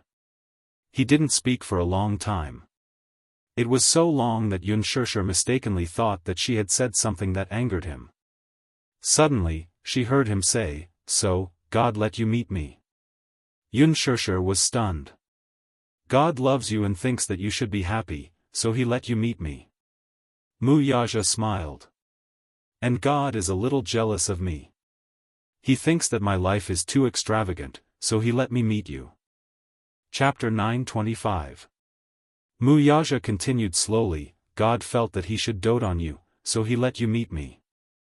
God also felt that I was living too comfortably, so he let me meet you and be annoyed by you all day long." She suddenly burst out laughing. "Are you trying to coax a child?" "Yes, aren't you a child?" Yunshirshi's face darkened. "Of course I'm not. I'm already a mother. But in my eyes, you're still just a child." "Hey, Muyaja," Yunshirshir instantly turned her head away in dissatisfaction. Before she could finish her sentence, a fiery kiss landed on her lips. It was a soft kiss, but it was a quiet kiss. It wasn't as wild and domineering as before. She widened her eyes in astonishment and blinked in surprise. Her eyelashes brushed past his eyelids and intertwined with his eyelashes. Yunshirshir furrowed her brows slightly. She looked up and bit her lip hard. Who kisses with their eyes so wide open? Yunshirshir swallowed softly and pretended to be calm. "My eyes are naturally big. Even if I don't open them, they'll still be big." Muyaja pursed his lips. "So, do you have to twist the meaning of my words?" Yunshirshir pursed her lips and smiled. She smacked her lips and pretended to be generous. She smiled and said, "All right then. Then I'll take it that I'm at a disadvantage. Let's do it again." Thus, she closed her eyes and pouted mischievously. She couldn't help but open her eyelids slightly, looking like she was teasing him. Muyaja's eyes twitched fiercely. Why was it that no matter how good the atmosphere was, it was always so easy to ruin it when it came to her? He really wanted to slap her face. Thus, he flicked her forehead hatefully and said, "Go wash the dishes." With that, Muya turned around with a frown. Behind him, Yunshirshir's laughter could be heard. "Ha ha. You're shy. Ha." He turned his head coolly to glance at her, only to see Yunshirshir wiggling her butt and sticking her tongue out at him. Muyaja glared daggers at her. When he turned his face, he could no longer suppress the indulgent smile on his lips. He walked to the balcony and made a call. This call was to Du Buxiong. Just now, when Yunshirshir was cooking noodles, he ordered someone to send him Du Buxiong's number. The phone rang for a while before it was picked up. Then, Du Buxiong's sleepy and confused voice came from the other end. "Who is it?" "Director Du, who are you?" Du Buxiong asked in puzzlement. "Muyaja." He introduced himself. The person on the other end was stunned for a moment before exclaiming in surprise, "Oh. It's Chairman Mu." Du Buxiong instantly sobered up. At first, he was still a little skeptical. This Muyaja was such a distinguished big shot. Why would he take the initiative to call him in the middle of the night? He was a little flattered and smiled flatteringly. "Director Mu, what made you call me personally?" "I'm really afraid." Yunshirshir finished washing the dishes and walked out. Seeing Muyaja standing on the balcony making a call, she didn't disturb him. She went into the bathroom to take a shower and lay down comfortably on the bed. On the other side, Muyaja stood on the balcony, facing the night breeze, but didn't speak for a long time. On the other end of the phone, Du Buxiong was holding the phone. Seeing that he didn't speak for a long time, he went from being wild with joy at the beginning to trembling with fear at the moment. His thoughts kept changing. Chapter 926. At this moment, Muyaja no longer had a smile on his face. His face was cold and emotionless, but his eyes were deep and bottomless. Du Buxiong was a somewhat famous nouveau riche in this city. It was said that he had made his fortune through construction projects. His business was going smoothly and he was considered a little famous in this industry. However, not to mention the Muse, even when compared to the Songs and Gaos, the Du family was not considered a so-called prestigious family. They were just nouveau riche. To Muyaja, she could not be any more insignificant than this. If Muyaja was a mountain, then Du Buxiong was only a small sesame seed. According to his character, he would not bother to deal with such a small figure. However, it was different this time. Tonight, Huang Lili and Du Jiayan's ugly faces were really disgusting. He thought that the Du family was a prestigious family and specially ordered someone to check on Du Buxiong's background. Alas, this was the result.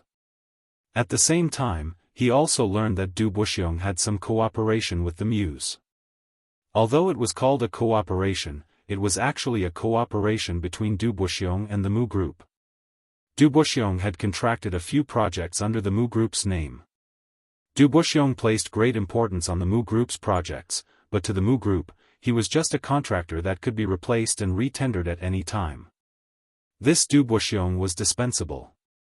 Hence, in front of Du Buxiong, he personally announced that his cooperation with the Mu Group's projects was cancelled. He would be replaced and retendered. With just a few simple sentences, he obliterated all of Du Buxiong's painstaking efforts in one fell swoop. Du Buxiong anxiously asked what had happened.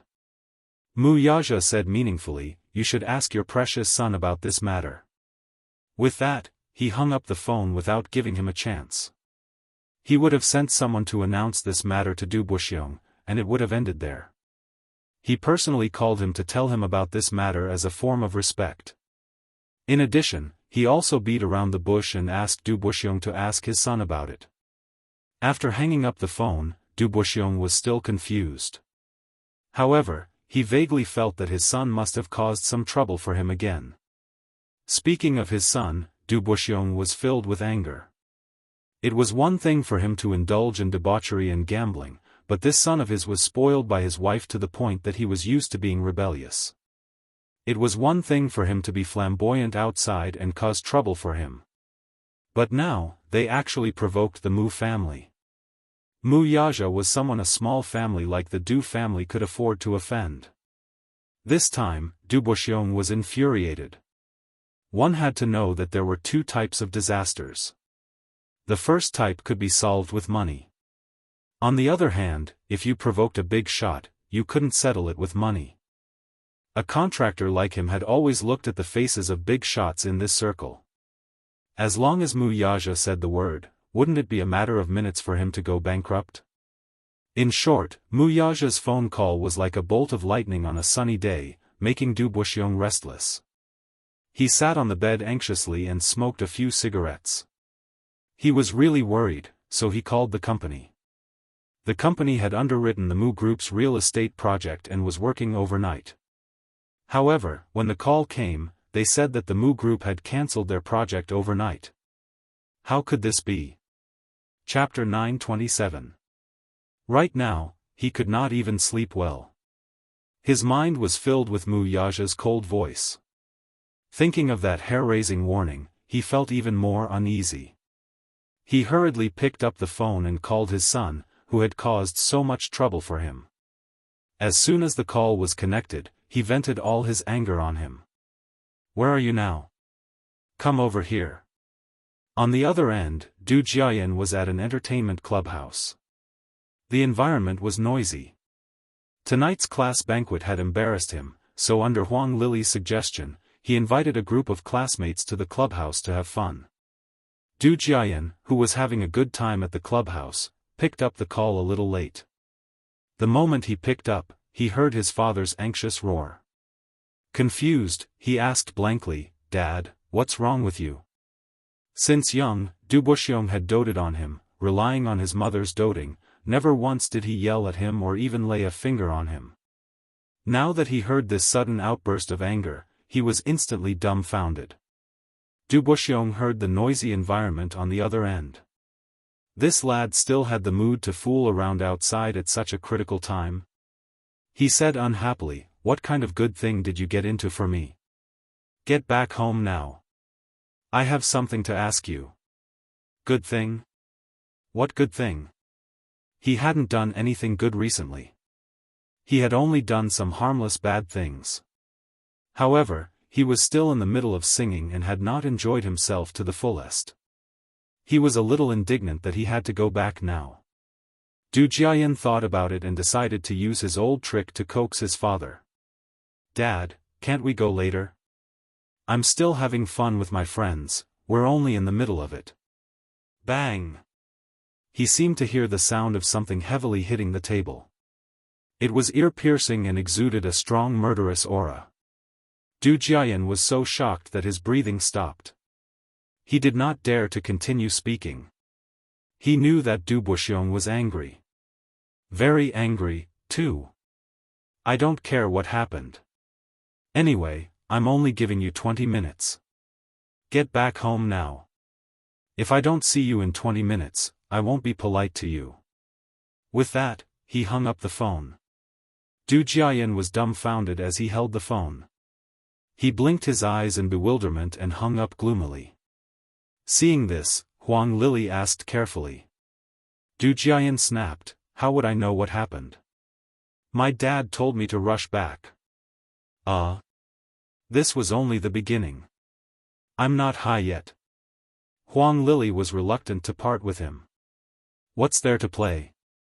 You know my dad's temper. Once he loses his temper, it's out of control. Hurry up and go back.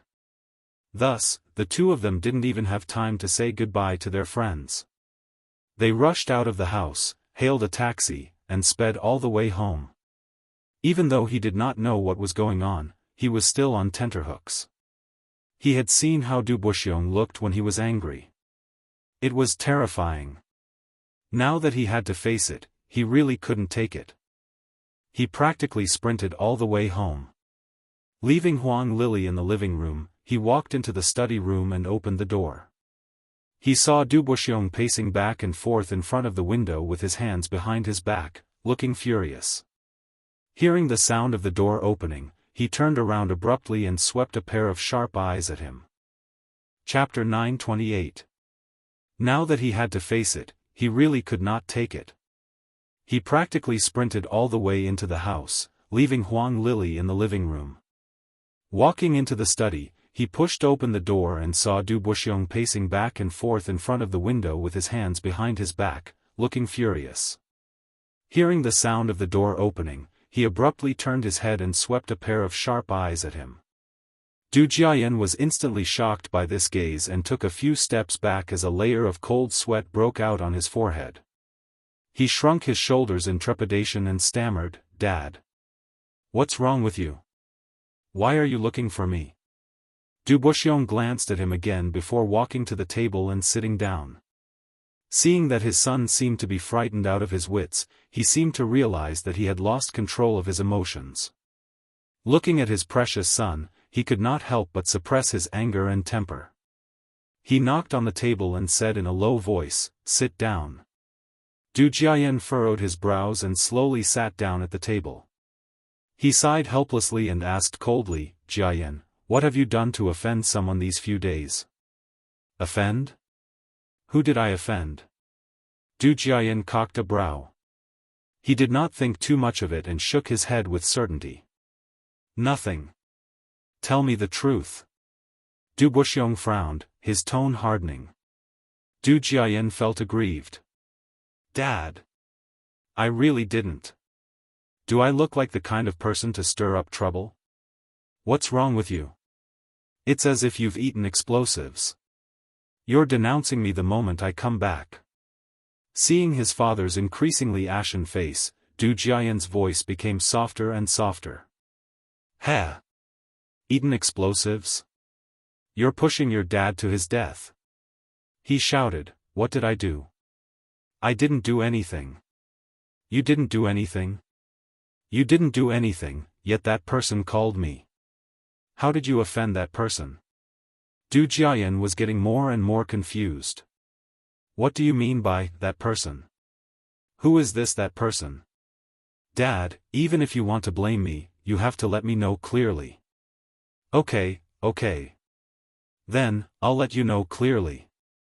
Du Buxiong picked up his teacup and gulped down a few mouthfuls. He then sighed and asked with a frown, "Jiayan, how did you anger Master Mu?" "Master Mu?" Du Jiayan raised his brows strangely. His heart. However, he didn't dare to admit it. "And which Master Mu?" Du Buxiong lowered his voice. "Disheng Financial Group CEO, Mu Yazha. Yes, you didn't offend him, but you bullied his people." Aren't you embarrassing him? His people? Du Jiayan had a bad feeling about this. Could it be that his father knew everything? Who is it? He asked knowingly but did not dare to say it out loud. Chapter 929. Du Jiayan was a little frightened, but facing his father's frightening gaze, he subconsciously wanted to cover up the good deed he had done out of guilt. Thus, he softly and perfunctorily said, "Dad, I really don't know any young Master Mu. I don't care what grudges you have with young Master Mu, nor what you've done to him or what he's done to you. In any case, you'd better settle this matter properly. Hurry up and apologize to him properly." Just as he finished speaking, Du Jiayan raised his voice in disbelief. "Dad, what did that young Master Mu do to you? You seem to have eaten explosives." Du Buxiong was already in a fit of anger. Seeing that his son was not giving him a way out, his anger flared up again.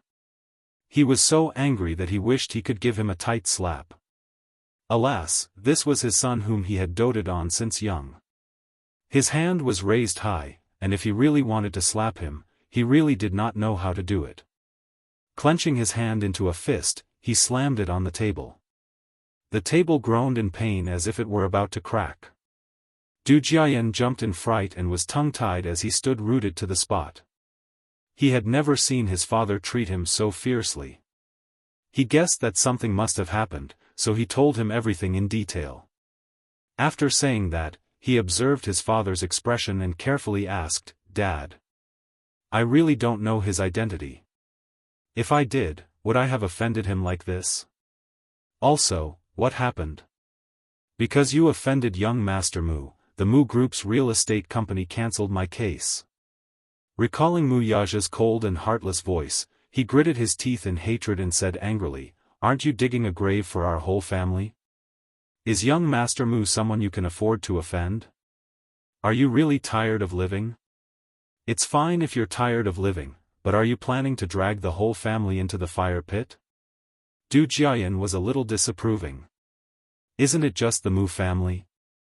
No matter how big the world is, can it be bigger than the Emperor? Ha! I've really never seen the Emperor before, but in the capital, the Mu family is really a well-known figure." Du Jiayan was stunned. Du Buxiong coldly glanced at her and said in a deep voice, "The Mu family's business is huge, and they have businesses all over the world." No one knew how vast the Mu Group's empire was. They only knew that the Mu family's assets were the driving force of the entire financial world and the core of the entire Asia's economy. What's even more frightening is that the Mu family's connections are very extensive. From the government to the government, there are people from the Mu family everywhere, not to mention the inextricable connections in other fields. Even in Beijing, the mayor had to give young Master Mu some face, let alone your old man. Let me tell you, whether you play in the open or in the dark, you are seeking your own death by going against Mu Yaja. You have picked the wrong opponent.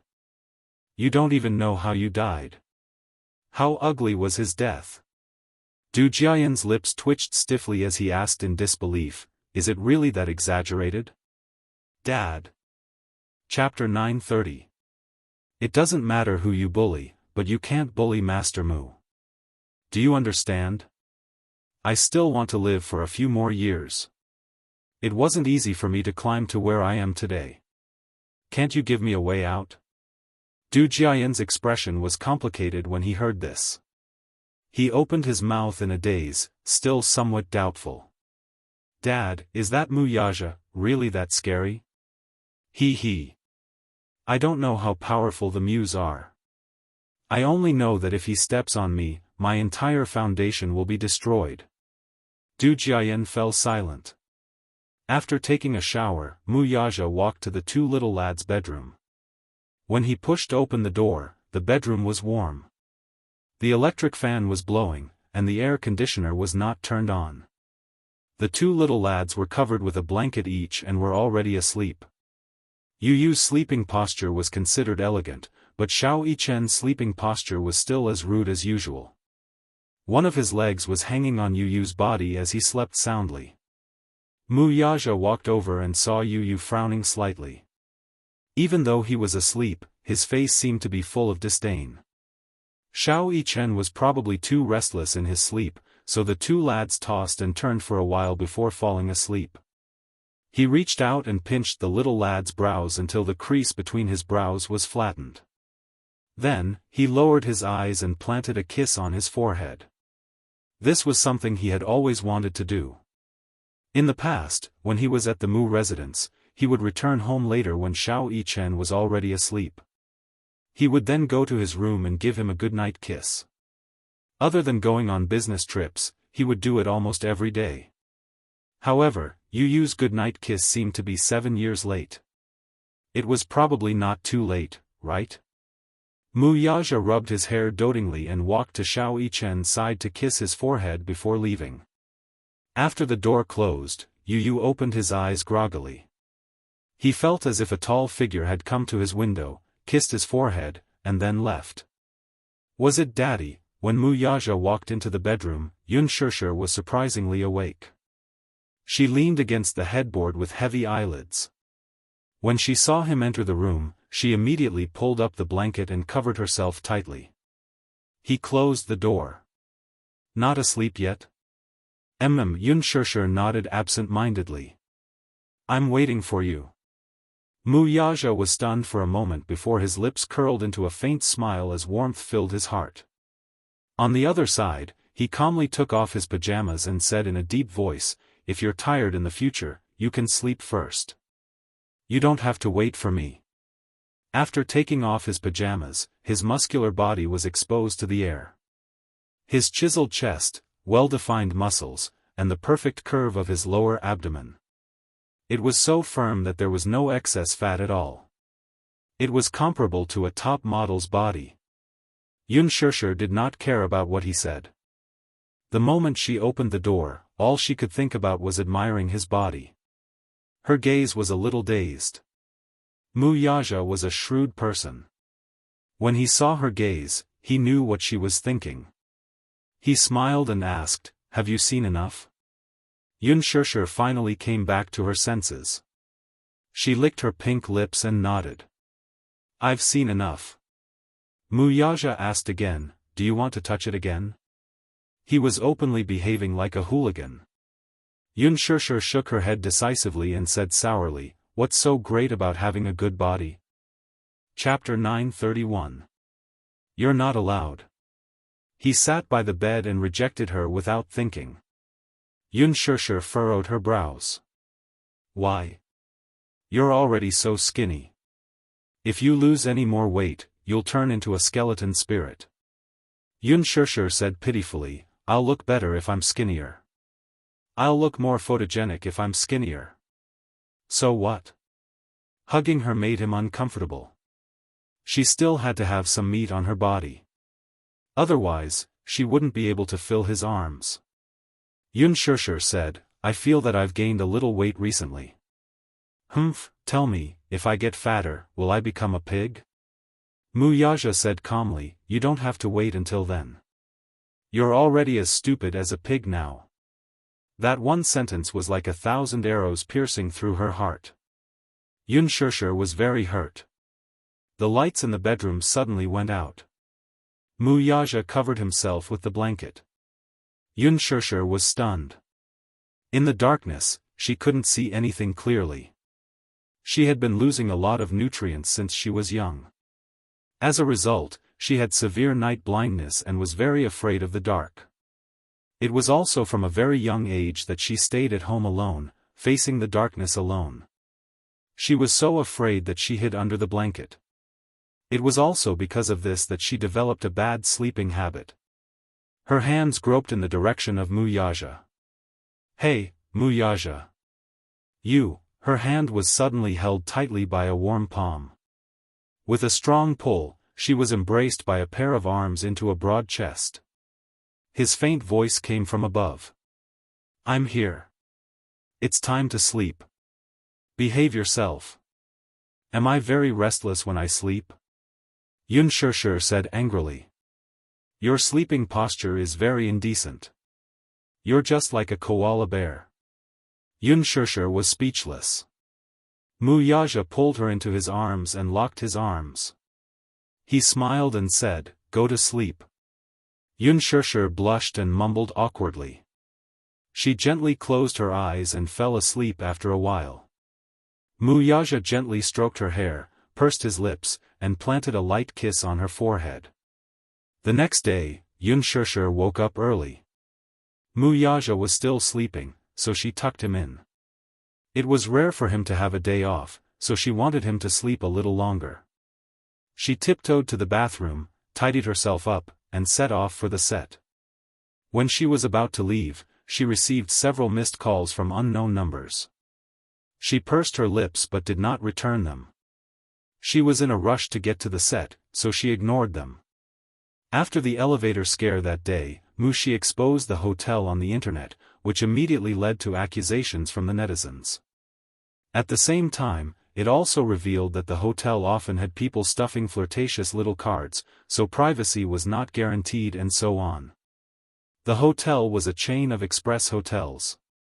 The general manager of the hotel specially opened a Weibo account and stood up to apologize, but it still couldn't calm the anger of the netizens. What a joke. Gu Xingzhe and Yun Shishir were trapped in the elevator, and the video was exposed on the internet. This caused the fans of Gu Xingzhe and Yun Shishir to join forces to suppress them. In short, the outcome was tragic enough. The hotel manager wanted to kneel down and beg for mercy. After a while, the commotion died down. Of course, this was all in the future. She went back to filming. After some adjustments, Yun Shishir recovered to her best state. On this day, she received a mysterious gift. It was a Mercedes-Benz nanny van. When Qin Zhou handed her the keys to the nanny van, she was surprised. "What's this?" "Guess?" She carefully looked at the Mercedes-Benz logo on the car key and was a little puzzled. "Mercedes-Benz?" "Uh-huh," Qin Zhou said, "a nanny van." Chapter 932. I can't afford to give such a big gift. Then, who gave it to you? Qin Zhou looked askance at her, his eyes unreadable. Yun Shishir probed carefully, "Mu Yaja? Who else could it be? This isn't very appropriate." Yun Shishir felt a little guilty. In the production team, Yang Mi and Gu Xingzhe both had nanny vans. In the industry, a celebrity having a nanny van seemed to be a symbol of status. There was a nanny van. After filming, they could sit in the nanny van and rest. Previously, Yan Bingqing also had one. However, even though she had a nanny van, she still had to fight for Yun Shishir's resting room. However, as a newbie who had just debuted and already had her own nanny van, it was inevitable that she would be gossiped about. "What are you afraid of? Who dares to gossip about you? They'll all be banned." Yun Shishir was amused by his bold attitude. Qin Zhou briefly explained the situation to her. It turned out that Mu Yaja was afraid that she would be tired from filming and would not be able to rest well, so he bought a nanny van for her. The nanny van was an RV.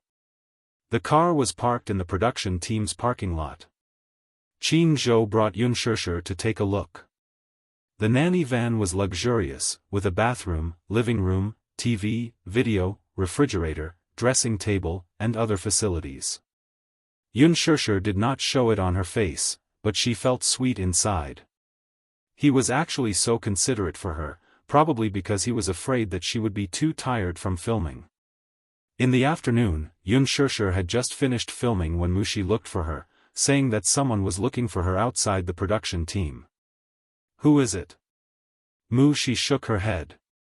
How could she know them? She only said, "I don't know them. It's a man and a woman. They couldn't get into the production team, so they got someone to pass a message that they have something important to discuss with you."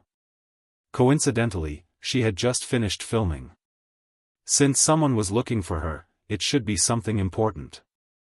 Walking out of the set, Yun Shishir saw Du Jiayan and Huang Lili standing at the entrance from afar. When they saw her, their faces immediately lit up with flattering smiles. This smile was too flattering, too brilliant, and had the intention of currying favor with him. As soon as she saw her, Huang Lili immediately approached her and handed her a bottle of lemonade. She then rubbed her palms together. "Xianxia, you must be tired from filming. Have some water first." Xianxia lowered her head and glanced at the water in her hand. She was startled at first. This bottle of water was of a good brand, and it was especially expensive. It probably cost more than 10 yuan per bottle. He was obviously trying to please her. But if he ignored her, he would be hiding evil intentions, wouldn't he? Thus, without even looking at it, she casually threw it into the trash can and said calmly, "Sorry, I'm afraid it's poisonous." The smile on Huang Lili's face froze, but she didn't say anything. She just said, "Look at you. What are you talking about? How could there be poison in the water? Xianxia, you really like to joke. How did you find this place?" Xianxia's face was a little wary. Ever since the class reunion, she had received many messages from her classmates. Out of courtesy, she had also added them to the WeChat group. The WeChat group had already kicked Huang Lili out. As for what happened that day, everyone had a tacit understanding and didn't mention a word about it. They were also overly enthusiastic toward her. It's probably what happened that day. Xianxia guessed. Chapter 933. Xianxia was on high alert. "What are you guys doing? Is there something you can't say here?" She felt that these two were up to no good. Du Jiayan, in particular, had previously been condescending toward her, but now, he was extremely enthusiastic. His fawning face, in particular, made her even more vigilant. "Don't worry, we don't have any other intentions. Don't think too much," Huang Lili said softly. "Actually, it's because something happened at home. You should know." "I don't know." Xianxia then added, "I don't think it's anything important. I still have scenes to shoot, so I'll take my leave first." With that, she turned to leave. Seeing this, Du Jiayan panicked and hurried forward to stop her. In a moment of desperation, he grabbed her arm. Xianxia only felt the area he touched burning and immediately swatted his hand away. "What are you doing? Don't get touchy." "Sorry for the offense." Du Jiayan smiled obsequiously. "Xianxia, I've asked around at the set. You finished filming today." He had rushed to the set earlier and handed out a few cigarettes to the security guard at the entrance. He only dared to look for Xianxia after knowing that she had finished filming. Xianxia narrowed her eyes. Seeing them like this, it seemed that something had really happened. She thought for a moment. Since it was broad daylight and they were at the entrance of the film set, they couldn't do anything to her.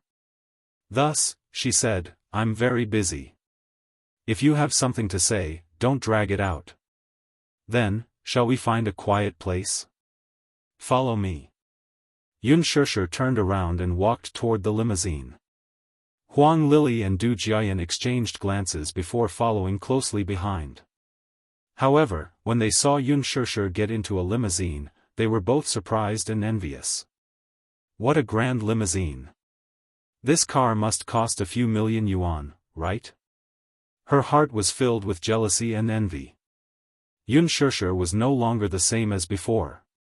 People really could not be compared to each other. She looked at Du Jiayan beside her and then thought of Mu Yaja whom she had met that day. They were both boyfriends, so why was there such a huge difference?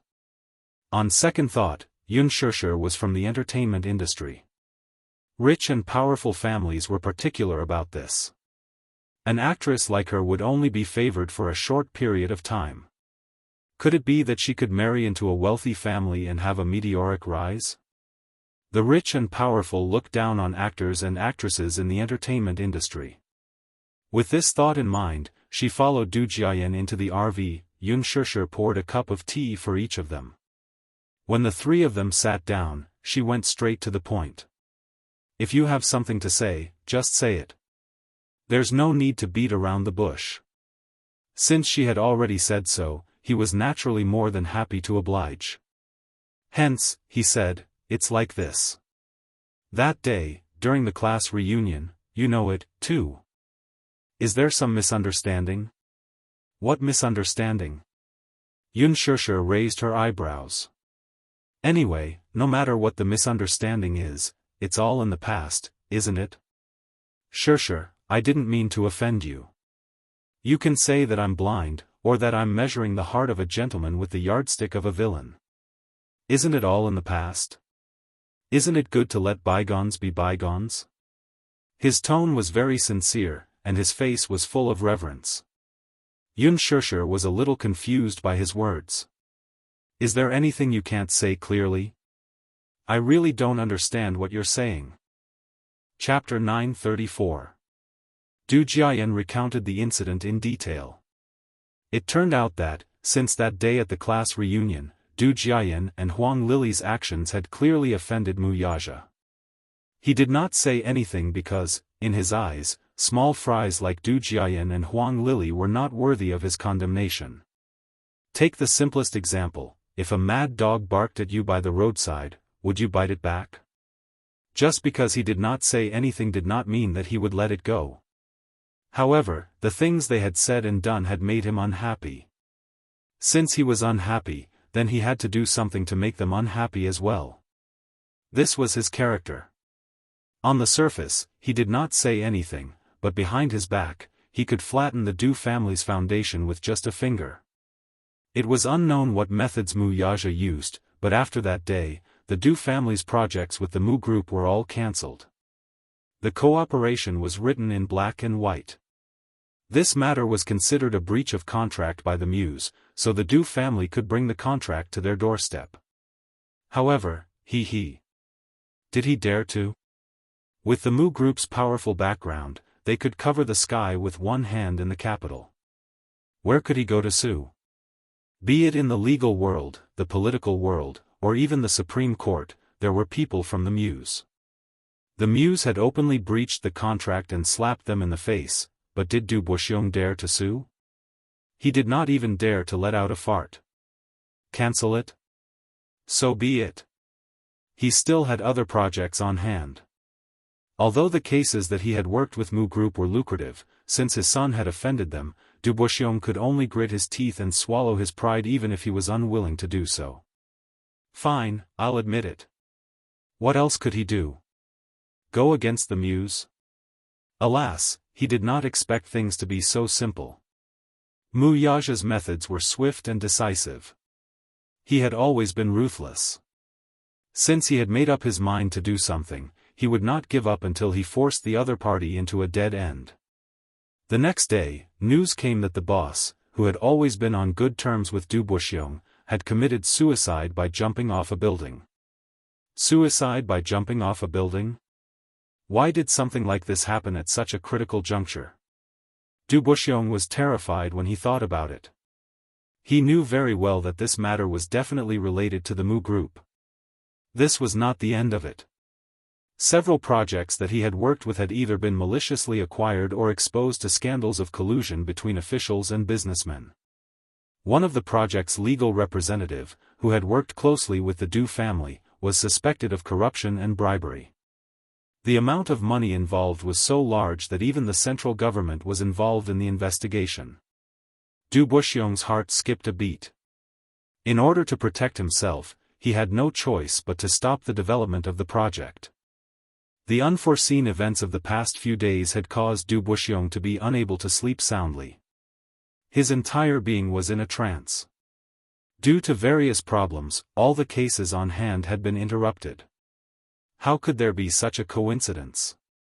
Why didn't it happen earlier or later? Why did it have to happen now? It was obvious that someone was behind all of this. Was the Mu Group trying to force him into a dead end? Even if the contract was terminated, the losses caused by the stagnation of the project were in the millions every day. Millions, what kind of concept was that? In just a few days, he was heavily in debt. If this continued, the Du family would be completely finished. Chapter 935. He was well aware that the Mu family was making things difficult for him. Having been in the capital for so many years, he had accumulated some connections, but at this critical juncture, he could not use them at all. He went to seek an audience, but the other party refused to see him. What a joke! Who would dare to be related to him at this time?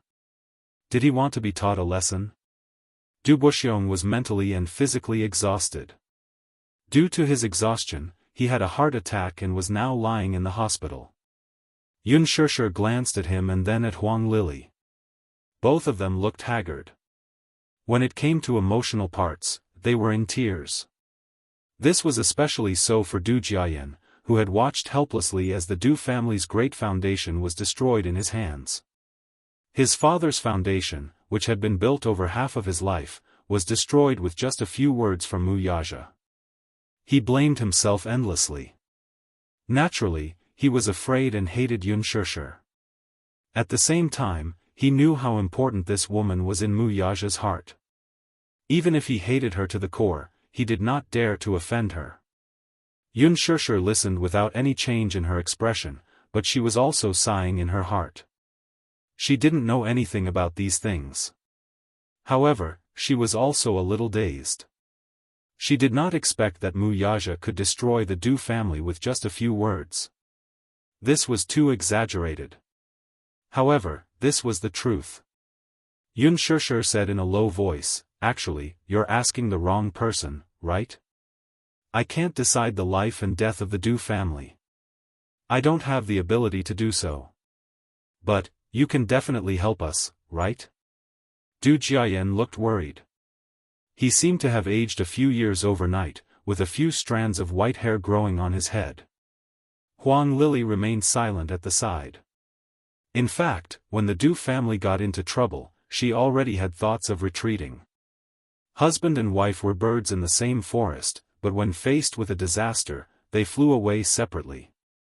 Moreover, she and Du Jiayan were not married yet. With such a thing happening to the Du family, she naturally wanted to leave unscathed and find another branch. However, Du Jiayan did not know what she was thinking. He threatened that if she dared to abandon him at this critical juncture, he would kill her. Huang Lili was scared and didn't dare to do it anymore. Du Jiayan was depressed and his resentment toward Huang Lili had reached its peak. He had always been concerned about his reputation, and he loved Huang Lili very much. He used to be a playboy, but when he met Huang Lili, he wanted to settle down and start a family. But who would have thought that a class reunion would bring him such a calamity? His current mental state was already on the verge of collapse. After experiencing all these things, he suddenly became mature overnight. He also knew that he was insensible and had brought a devastating disaster to his family. Seeing Yun Shishir biting her lips and remaining silent, he suddenly made up his mind and knelt on the ground with a plop. His actions shocked Huang Lili. She immediately felt embarrassed. She was already so down and out in front of Yun Shishir, but he still knelt down in front of her. Where was she supposed to put her face? Chapter 936. He looked up and cried. "I don't care what happens to me. If you still hate me, I'll do anything you want me to do. If you want me to do it, I'll even pay with my life. Still, I beg you, let my family off." Huang Lili felt utterly humiliated. She covered her face and did not know what to do. Yun Shishir appeared calm on the surface, but deep down, she sympathized with him. "You don't have to kneel before me. I don't hate you." "Really?" He looked up, still doubtful. Yun Shishir nodded. He wasn't the one who was in the wrong. She wasn't so petty as to force him into a dead end just because of a few words. Leave some leeway in everything and leave a way out for everyone. She had always believed in this saying. If this was a punishment, then it was enough. It should end here. Then, are you willing to plead for the Du family? His eyes were misty. "I'll try." "Do you mean that you've forgiven me?" With a sincere look on his face, he repeatedly explained, "Yun Shishir, I really know my mistake. Please forgive me, all right? All right. Quickly get up. Xianxia said helplessly. Only then did he dare to get up, his face finally looking more relaxed. Seeing that Xianxia was willing to relent, Huang Lili felt more at ease. Xianxia suddenly said, "Don't misunderstand. I'm only forgiving him, not you." That was because some mistakes could never be forgiven. Huang Lili was stunned by her words. She wanted to say something, but Xianxia had already gotten up. All right. I'll think of a way. You guys can go back. With that, she alighted from the limousine. She left behind a dazed Huang Lili and Du Jiayan. Jiayan, what did she mean by that? Du Jiayan wiped his tears, glanced at her, and snorted. Don't you know what she said? When Xianxia reached home, the sky was still bright. Yun Tianyu was teaching Xiao Yichen his homework when she pushed open the door to the study room. For the past few days, Xiao Yichen had been staying with Yu. Although Yu said that she disliked it, she did not reject it as much as before. With the two little guys together, the house was a little livelier. At least, it was not so lonely. She saw Xiao Yichen sitting in front of his desk with his exercise book spread out in front of him. He held a pen in his hand and looked like he had suffered a lot. Yu stood to the side with her arms crossed. Her face was full of disdain, and from time to time, she would hit his head with a rolled-up newspaper. Stupid. You don't even know how to answer such a simple question. Sob. Xiao Yichen blinked his eyes pitifully as if he was about to cry. Xianxia sighed. When Mu Yaja returned, Xianxia was swinging gently on the swing in the back garden. From afar, she looked as beautiful as a painting as she sat among the Chinese roses. He walked over and hugged her from behind. Xianxia looked up and saw him. She smiled. You're back? Mu Yaja kissed her forehead. When did you come back? Around 3 p.m. I ended early today. Oh, right. She giggled. Thank you for giving me the RV. I like it a lot. Mu Yaja's lips curled into a smile, but he did not say anything. He only gave her a gentle push, and the rope of the swing swayed slightly. Mu Yaja. She suddenly moved her lips and spoke. Du Jiayan looked for me today, Xianxia said slowly. Chapter 937. He's looking for you. Mu Yaja furrowed his brows. Did you do those things? Xianxia probed. Mu Yaja did not say anything, but he knew what she was referring to. He did not say anything, but he did not deny it either. The swing slowly came to a stop. Mu Yaja stood behind her quietly. Xianxia said again, let the Du family off. He grabbed her chin. His eyes were cold, and his voice was cold. Why? Are you feeling sorry for him? No. Why would I feel sorry for him? Xianxia laughed. I just think that if it's a punishment, it's already heavy enough. You don't have to force him to a dead end, right? Mu Yaja snorted. Humph. You stupid woman, you're so kind. You're forgiving him just like that? I'm forgiving him, but I didn't say that I'm forgiving Huang Lili. I won't ask what you do to Huang Lili, but the Du family is innocent, Xianxia said sincerely. Mu Yaja looked at her clear and charming eyes. He suddenly lowered his head and sealed her red lips. He pressed his lips against hers and said in a low voice, okay. I promise you that I'll let him off. Xianxia pecked him on the lips. He said, but I won't let that woman off. She pursed her lips but did not say anything. She would not forgive that woman either. After all, Huang Lili was really despicable. She was not generous enough to forgive someone who had hurt her so wantonly. Yu had finished preparing dinner. He had specially made red braised pork for dinner tonight. However, when Xianxia sat at the table, she looked at the greasy meat on the plate and smelled it. She suddenly felt disgusted. She forced herself to hold it in. Her face was already showing signs of discomfort. "Mommy, I specially made braised pork for you. It's your favorite." Yu smiled gently and was very considerate. Unspoken nodded.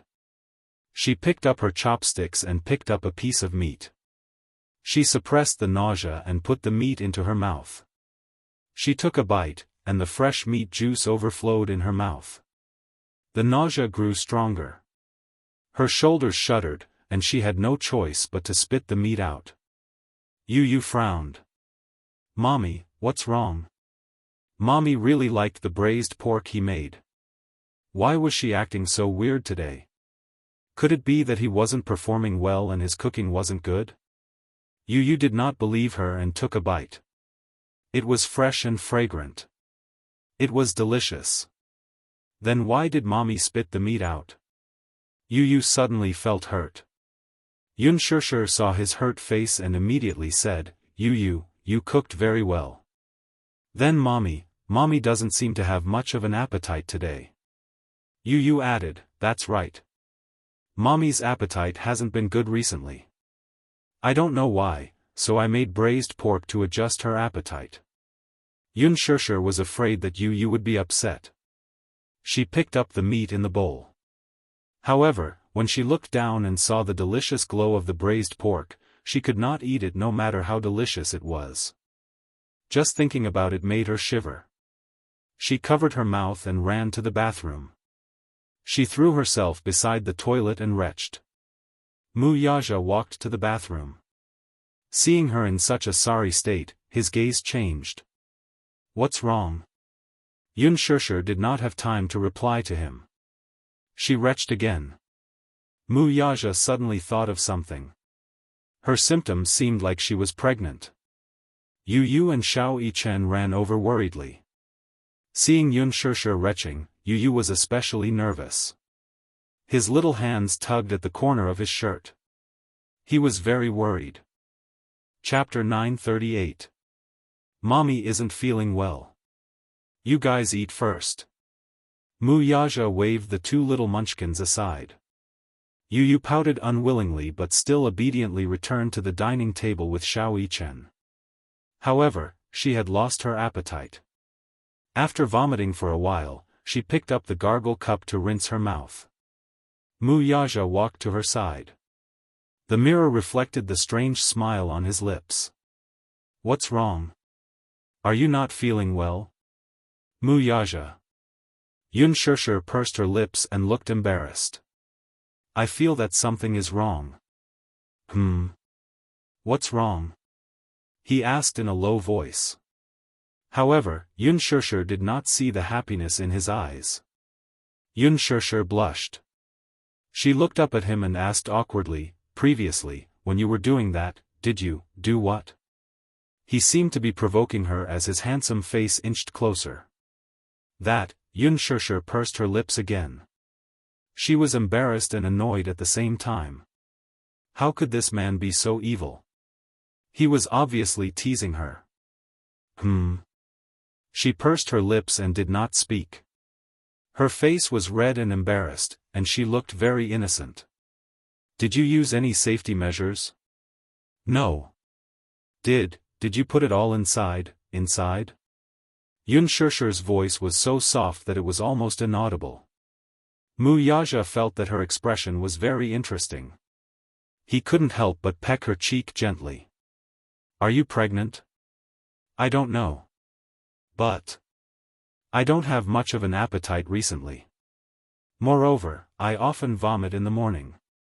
My period hasn't come for a long time." Her voice became softer as she spoke.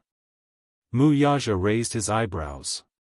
His pupils dilated slightly and the corners of his lips lifted slightly. The two of them formed a stark contrast. One was happy and the other was worried. Unspoken did not notice the change in Wuxia's expression.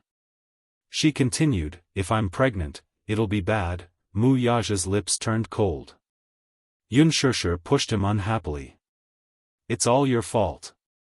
Why didn't you take any precautions?" She muttered and threw herself at him. Mu Yaja frowned and asked, "Why do you need to take precautions?" "Because I don't want to get pregnant," Yun Shishir said matter-of-factly. "You don't want to give birth?" The smile on Mu Yaja's face disappeared. Her words were like a bucket of cold water poured over him. His face turned completely cold. He suddenly turned her body around and grabbed her chin. His tone was slightly unhappy and dangerous. "What's wrong? You don't?" This woman said that she didn't want to get pregnant, or did she not want to have his child? Yun Shishir saw the dangerous aura in his eyes. She was a little scared, but she said, "I don't want to get pregnant at this time." Besides, she already had Xiao Yichen and Yu Yu. These two babies were enough. Mu Yaja narrowed his eyes. He was in a good mood to have his child, but she looked very distressed. Naturally, he was unhappy. "I don't care if you want to or not." His domineering attitude was obvious at this moment. Yun Shishir pursed her lips. "I might be pregnant." Mu Yaja did not allow her to say anything. He grabbed her hand and looked like he was going to walk out. Yun Shishir struggled. She was a little shocked. She thought that he was going to do something. She was alert. "What are you doing? What are you doing?" "Going to the hospital," he said, not allowing her to resist. Chapter 939. His arrival alerted the deputy director who was on duty. He rushed over with a group of people and waited for him at the door. Mu Yaja put his arm around Yun Shishir's shoulder. He glanced at them and said, "Give her a checkup. Remember, there's no room for mistakes." Once he gave the order, his subordinates naturally carried it out without any hesitation. After a series of tests, the doctor read the report and said, "Chairman Mu, the test results are out. She's not pregnant." "Not pregnant?" Mu Yaja raised his eyebrows. He was obviously surprised by this result. Yun Shishir was equally surprised. She was shocked at first, but then her heart calmed down. Mu Yaja glanced at her, the displeasure in his heart reaching its peak. "Then, why have I been retching recently? What's going on? Also, my period hasn't come for a long time." The doctor replied, "Retching is usually caused by superficial gastritis. It's related to weak stomach qi and heat. You should pay more attention to your diet and avoid raw, cold, and spicy foods. We'll see how it goes. As for your period not coming, it's probably due to an endocrine imbalance." His tone was cautious and respectful. "May I know if you've been working late?" "Yes." Yun Shishir nodded. Recently, she had been working late to film and catch up with the schedule. It wasn't that filming was tiring, but sometimes she had to wait on the set even if she didn't have any scenes. "If you mind, it's best to work and rest regularly. Otherwise, an endocrine imbalance will cause your period to be delayed." The doctor gave her a lot of advice again. However, Mu Yaja's expression was completely cold. On the way back, his expression was cold and he didn't say a word. Yun Shishir couldn't help but laugh in her heart. "Why? Are you disappointed that I'm not pregnant?" Mu Yaja looked straight ahead. It was more than just disappointment. In short, Yun Shishir was naturally happy that she wasn't pregnant. After the filming, there would be a long promotional period and they would need to do roadshows all over the country. She stole a glance at him. Seeing his cold expression, she felt a little helpless.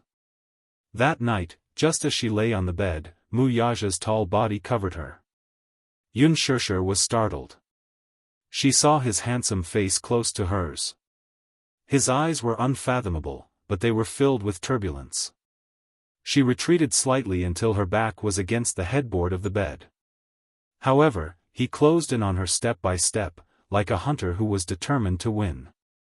Yun Shishir pursed her lips and became even more alert. "You, what are you doing?" Mu Yaja blew a breath of air on her cheek. He was as charming as an orchid. "Do what I love to do." Swish!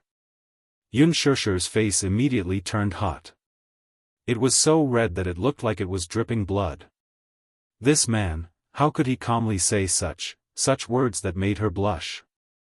Muyaja pressed her forehead, pinched her waist with his big palm, and his thin lips outlined a charming and hopeless arc. You say, should I work harder? What's there to work for? A certain man said evilly, when the flowers bloom, they bear fruit. The flowers bloomed, in the end. Gosh, what a connotation. Yunshirshi's face was unreasonably hot. Covering her face, she felt that this man could be really evil sometimes. I don't want to give birth anymore. Yunshirshi's face fell. I already have Yu and Xiao Yichen. Not enough. Chapter 940. Yunshirshir struggled, but Muyaja would not allow her to escape. His large palm pressed against her waist, and her entire body was pressed against his. A certain part of their bodies was pressed tightly against each other. Yunshirshir pursed her lips. Let's have another daughter. His gaze was clear, and he did not allow her to object. His thin lips pressed against hers. Yunshirshir's protest was completely drowned out by his aggressive kiss. That night, Muyaja was especially hard-working. Outside the door, the two little lads tiptoed and pressed their ears against the door, eavesdropping on the secret behind the door. The two of them looked at each other. One of them was puzzled, while the other was blushing and speechless. Yu. Xiao Yichen gently poked Yu's waist and whispered into his ear, "What are Daddy and Mommy doing?" Yu already had a guilty conscience. When Xiao Yichen suddenly pressed against him, he was shocked and patted his chest. Then, he gave him a disdainful slap on his face and pushed him away. This is philosophy. You don't understand. Xiao Yichen was dumbfounded. He pressed against him again. Then do you understand? Yu cleared his throat. His face was a little red as he turned around and went back to the room.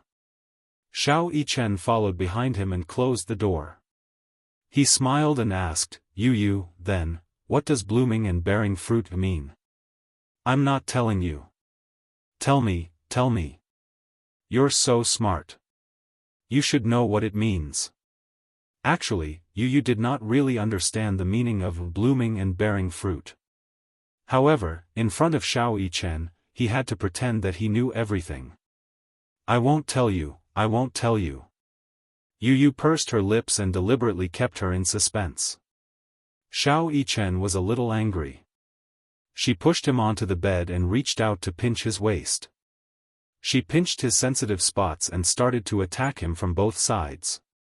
Yu couldn't take it anymore. She was about to laugh out loud. Tell me, Mu-Yichen. Ha. Let go of me. Xiao Yichen enjoyed the sight of Yu begging for mercy under his body with satisfaction. This was a tried and tested trick. Yu was the least ticklish. Mu-Yichen. Ha. No more. It's so itchy. Ha. The commotion was so loud that it alarmed the two people in the master bedroom. Yunshirshir glanced at Muyaja and laughed. The two of you haven't slept yet? Don't bother about them. Muyaja was unhappy that her attention was on something else. He lowered his head and sealed her soft lips. Thus, the room was filled with romance. The Mu residence. Mu Wanru paced back and forth in the study.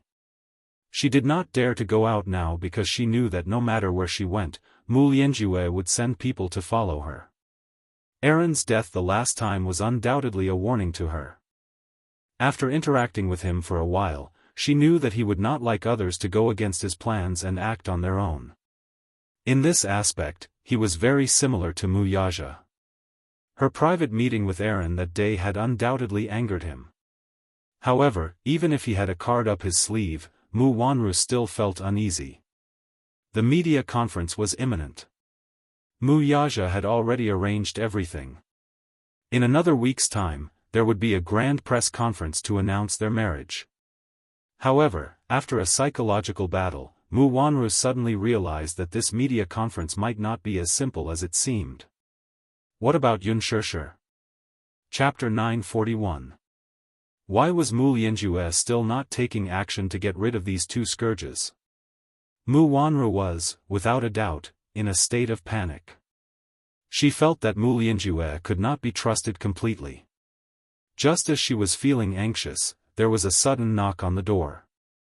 The sudden movement almost scared Mu Wanru out of her wits.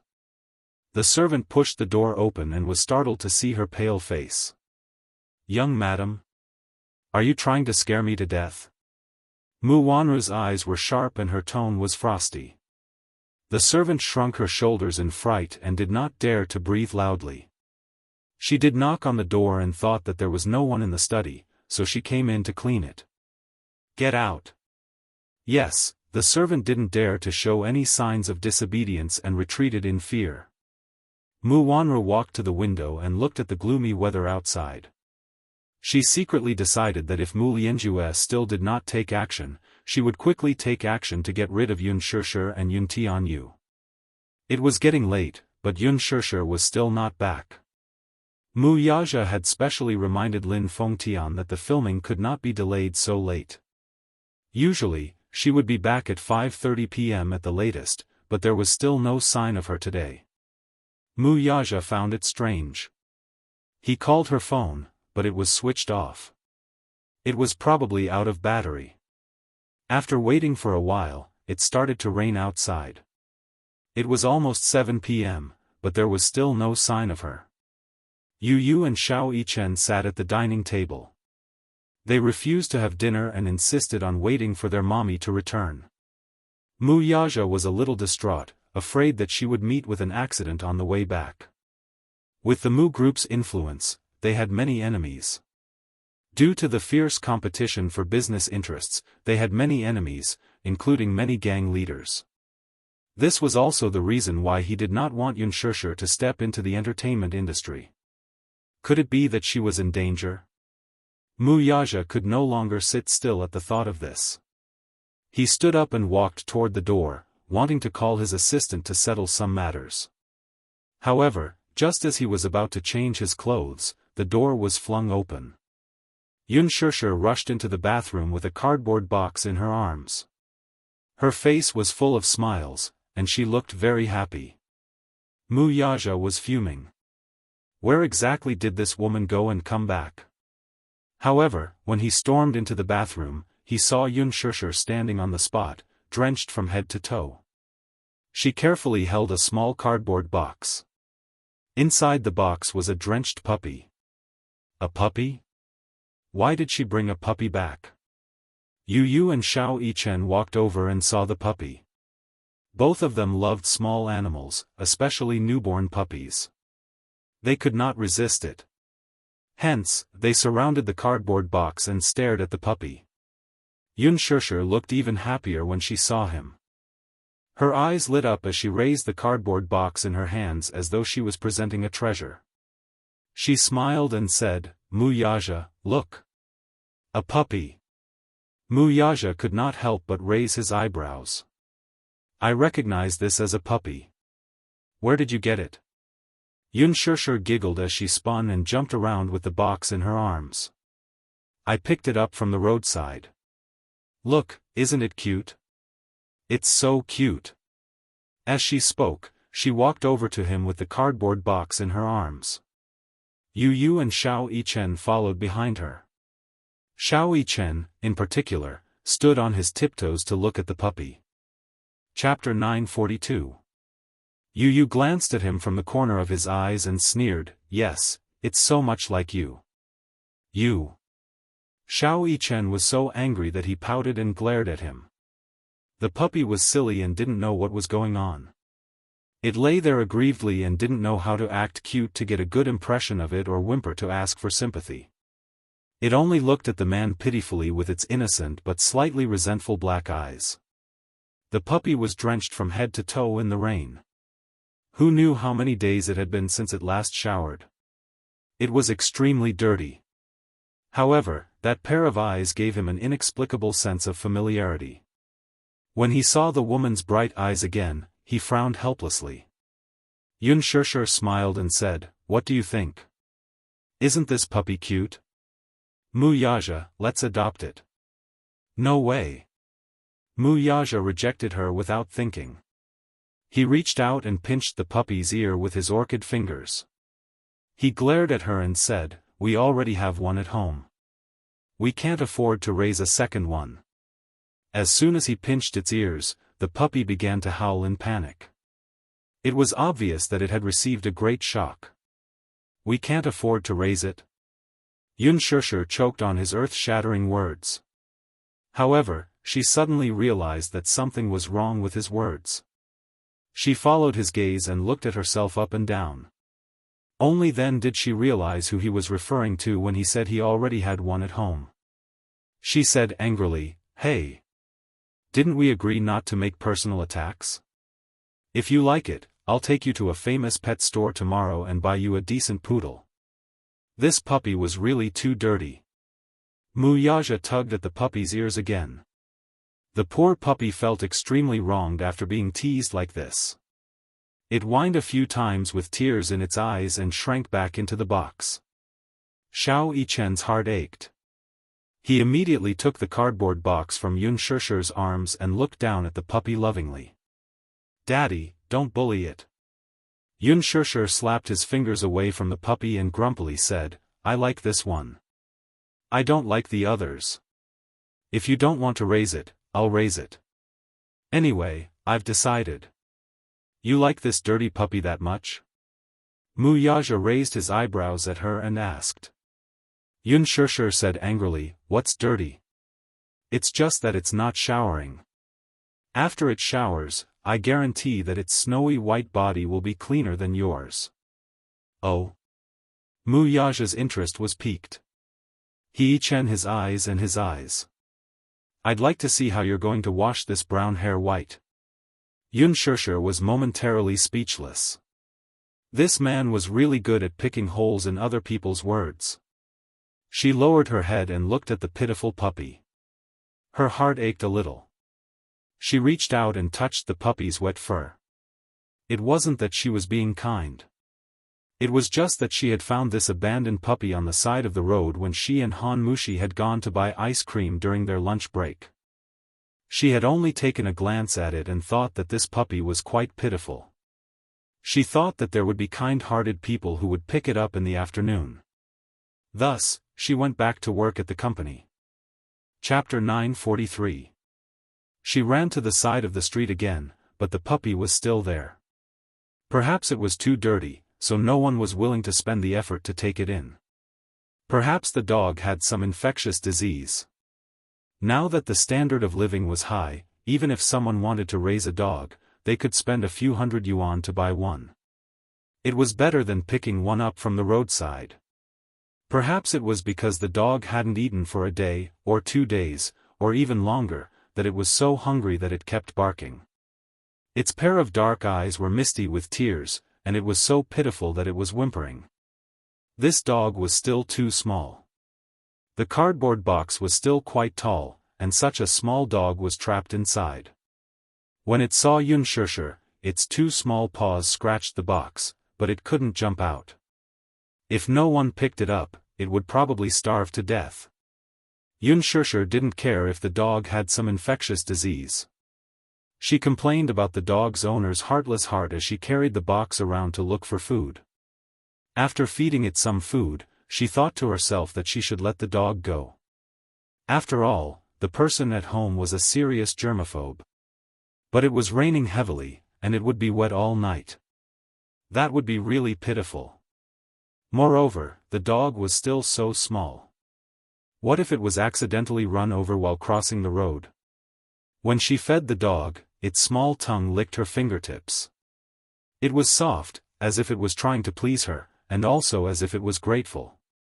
This little guy's teeth weren't fully grown yet. She suddenly thought of herself when she was young. She had also been abandoned in the orphanage, just like the dog. No one cared about her, and she had no one to rely on. Thus, her heart began to ache. Following that, with her head bleeding and the dog in her arms, Xianxia fearlessly returned with the dog in her arms. At that moment, her expression was like that of a revolutionary martyr. "Anyway, I'm going to raise this dog. How about it? Anyway, I won't throw it away. It's so pitiful. If I throw it away, it will die." There was a hint of a threat in her words. Wuxia coldly sized up the woman and dog in front of him. When did this woman become so bold? Xianxia saw that he was sizing her up, but she was not afraid. She puffed up her chest and snorted coldly to show her determination. Wuxia was helpless and said coolly, "It's not impossible to raise them." Before he could finish his sentence, Xianxia jumped 3 feet high and cheered loudly, "Hee hee. Wuxia, you're the best." Wuxia's face immediately turned ashen. He had heard that pets carried a lot of germs. Was it possible to be so close to pets? What if he had a disease? Has this dog been vaccinated? Is your body healthy? You only know how to bring it back. Wuxia saw that she was about to approach him with the dog in her arms. He quickly took a few steps back without leaving a trace. His expression was not the usual kind of disdain. "But there are 3 rules." Xianxia nodded without thinking. Her pair of sparkling eyes were like that of a doted puppy. One had to know that a clean freak like him was willing to take in this dirty puppy. It was already a great gift. The dog in the cardboard box also poked its small head out. Its pair of black eyes stared at Wuxia. It blinked, feeling wronged and sad. It sized him up and tilted its head from time to time. Chapter 944. This dog was brought back by Xianxia. She was also the one who said that she wanted to raise it. Naturally, the dog's daily life was left to Xianxia to take care of.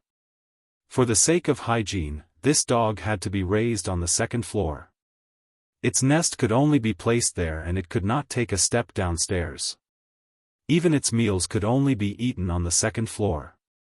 Naturally, the showers and dog food were all Xianxia's business. Other than that, he could not find any dog hair in the house. He could not see any dog paw prints on the 1st floor, not to mention excrement. If he saw it, he would slap it 50 times. Anyway, the rules were very simple. Under his watch, this dog could not be seen. If Xianxia wanted to play with the dog, she had to go to the 2nd floor. Xianxia, on the other hand, was a little unhappy. How was this a 3-point agreement? It was almost 30. She muttered under her breath, "How heartless. Are you a dog's father, too?" Wuxia glanced at her from the corner of his eyes. With a noble and cold expression, he said, "My genes are very normal. I can't give birth to a dog." Xianxia choked again. She lowered her head, patted the dog's head, and said, "Come, call me daddy."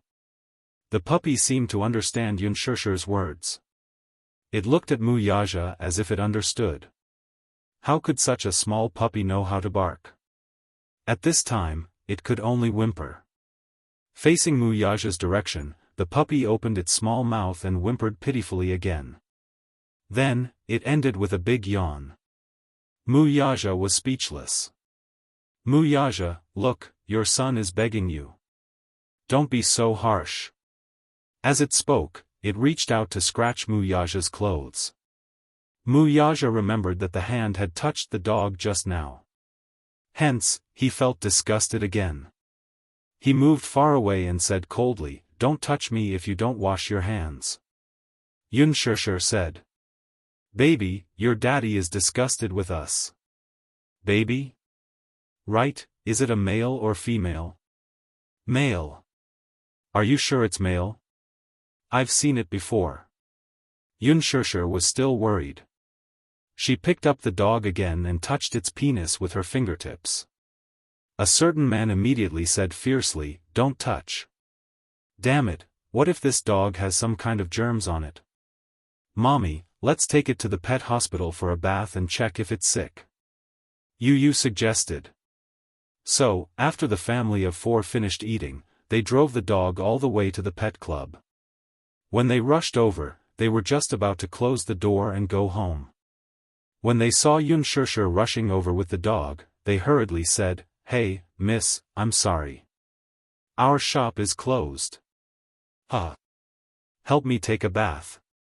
While you're at it, you can also get a vaccine or something," Unspoken said with a smile. The shop owner was dumbfounded. He had to come here to take a bath? He didn't know if such a small dog could take a bath. Besides, couldn't the vaccine be done tomorrow?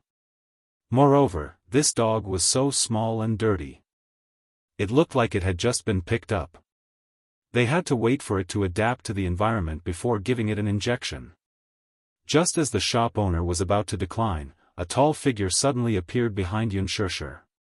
Wuxia stood behind her with a frosty expression. His eyes were as sharp as ice blades. When he saw that the shop owner was about to close, his face darkened. He seemed to be very dissatisfied with the shop owner's actions. Hence, he snorted coldly. "Open the door." "Oh my God." Chapter 945. The owner was so frightened by his gaze that his whole body shivered. He didn't even dare to question or refute. He turned around and fiddled with the door lock. He secretly cursed in his heart. Did this man have to be so fierce? Look at that gaze, it was as if he owed him millions. He was just opening a pet club. He wouldn't have offended anyone, right? What a scary man. Could it be that he's part of a gang? If he didn't open the door, was he going to shoot him? Thus, a certain owner who was about to go home for dinner was forced to stay in the shop and began to work hard to check the dog. Fortunately, although the dog was abandoned, it had all 4 limbs and was very healthy. It was already more than 3 months old. However, the breed of dogs was small, so this dog wouldn't grow much bigger. It was a cute little Pomeranian. It had caught a slight cold because it was caught in the rain. After bathing the dog, trimming its hair, giving it a shot of vaccine and deworming, it was done. Unspoken carried the clean puppy and looked left and right. The puppy was adorable after its bath. It had a pair of big, bright eyes, beautiful fur, and pointy ears. It was very cute. This time, she was finally satisfied. Wuxia threw down the money and was about to leave, but the owner was an honest man.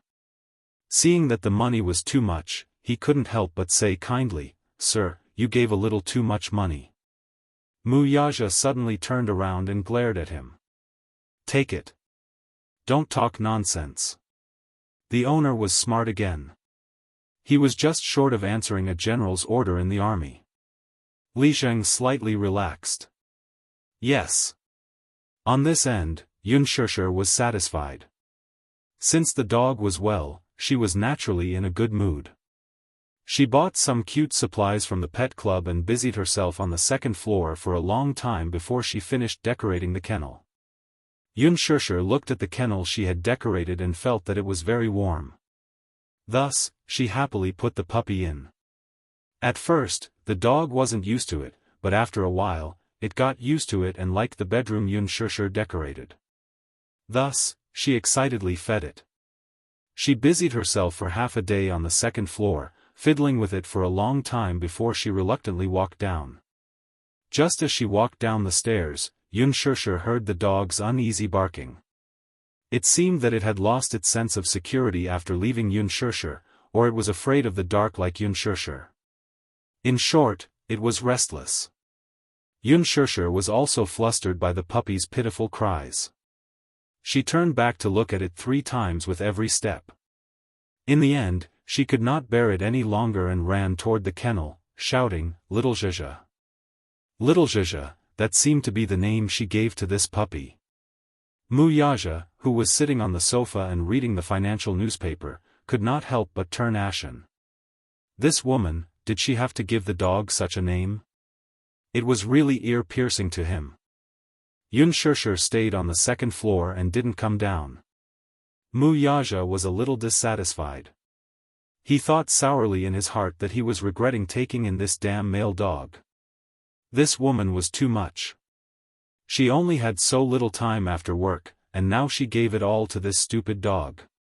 He didn't know what was so good about this damn dog. Was it as handsome as him? Was it as rich as him? Was it as charming as him? Chapter 946. Wuxia gritted his teeth and thought, find a chance, oh no, when Unspoken wasn't around, he would kick this stupid dog out. So that it wouldn't interfere with his private life. After a long time, Unspoken reluctantly walked downstairs.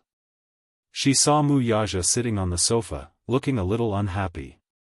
She seemed to have thought of something, so she sat beside him with a smile and leaned on him coquettishly.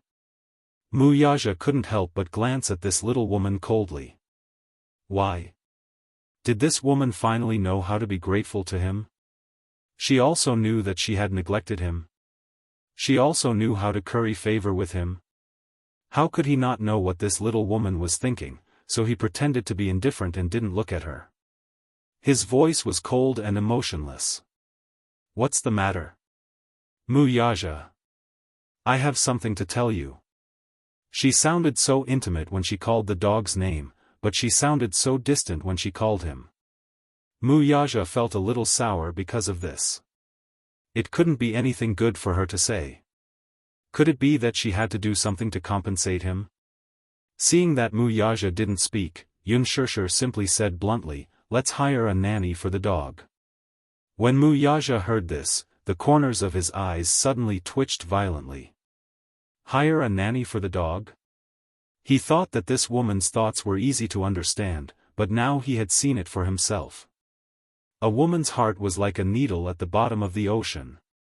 Seeing that his face was getting gloomier, Unspoken was a little puzzled. She didn't know what this man was thinking. His expression was so ugly. She didn't seem to have said anything wrong. So she didn't care about him and told him her doubts. Here's what I think. Think about it, there are usually only the two of us in this apartment.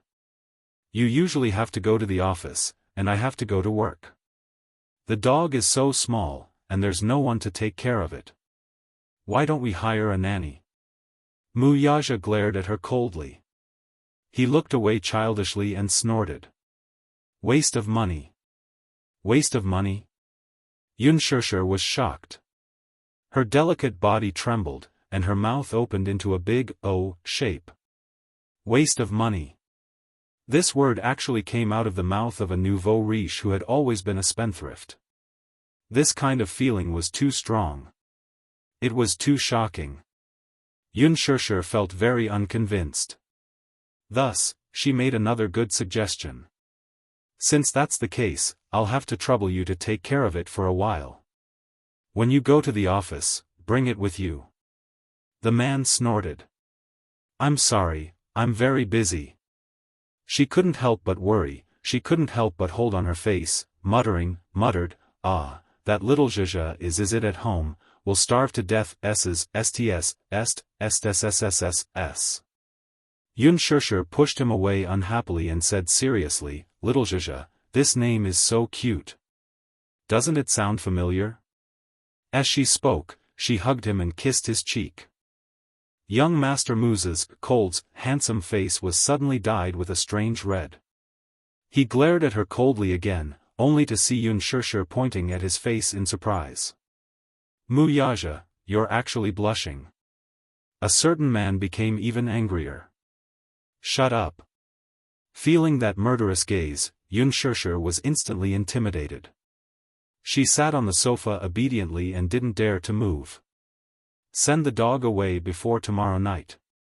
Chapter 947. Why? I don't like dogs. But I like it. Wuxia turned to face her with a dangerous glint in his eyes. Choose between me and it. Unspoken said without hesitation, I choose little Zhizha. Stupid woman, you said it. I'll kick this stupid dog out of the house tomorrow. After saying that, he stood up. Unspoken watched as Wuxia walked into the study and slammed the door loudly. She couldn't help but be amused by him. Was this man jealous? How childish of him to be so serious with a puppy. Speaking of which, he had made an agreement with Yunshushi.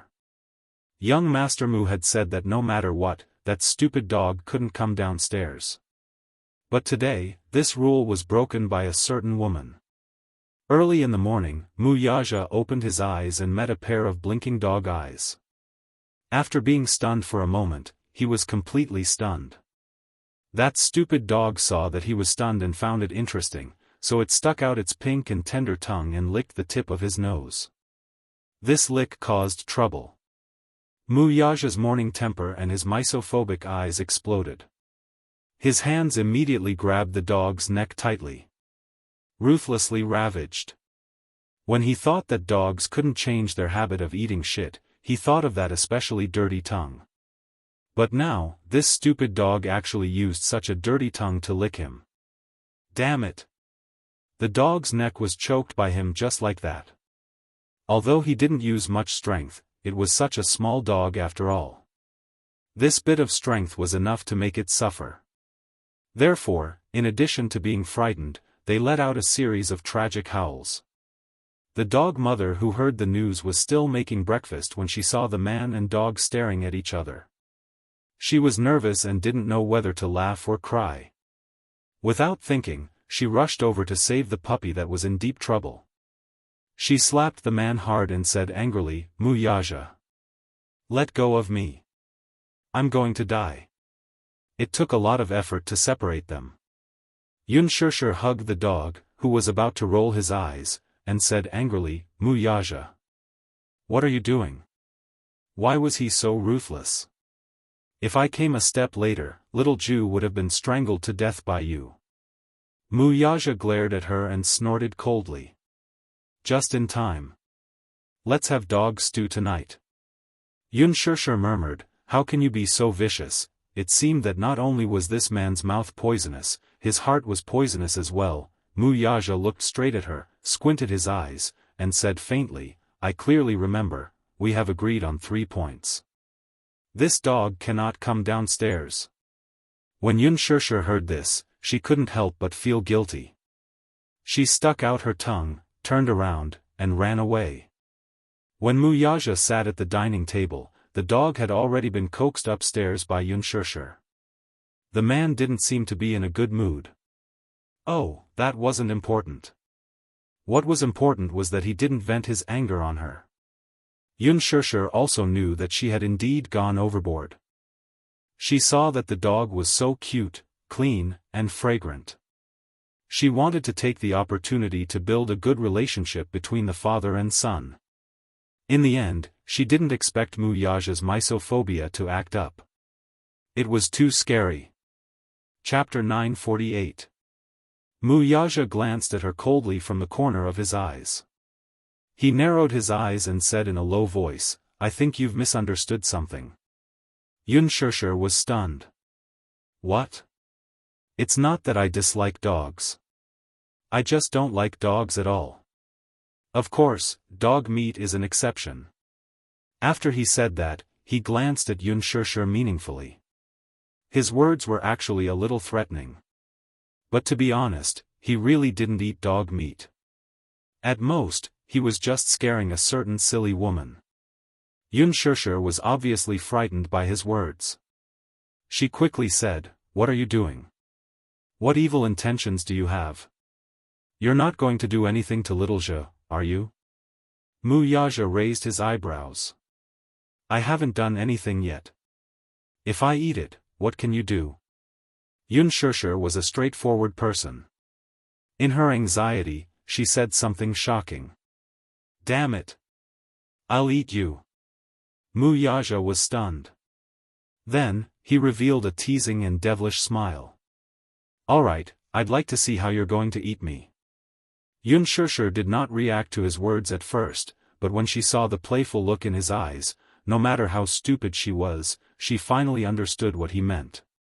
A strange blush crept up her cheeks, and she turned her face away in embarrassment and anger, refusing to look at him again. Mu Yaja thought that this woman was really too cute. She was even cuter than a dog. He hadn't even done anything yet, and she was already blushing. Thinking about that, he couldn't help but chuckle. Seeing him laugh, Unspoken felt even more unnatural. Thus, she stuffed a piece of bread into his mouth and said with a frown, "Eat your breakfast. Go to work after you're done." After breakfast, Unspoken stood at the door with the puppy and the pet kennel. She looked at Wuxia, who was wearing a suit leisurely.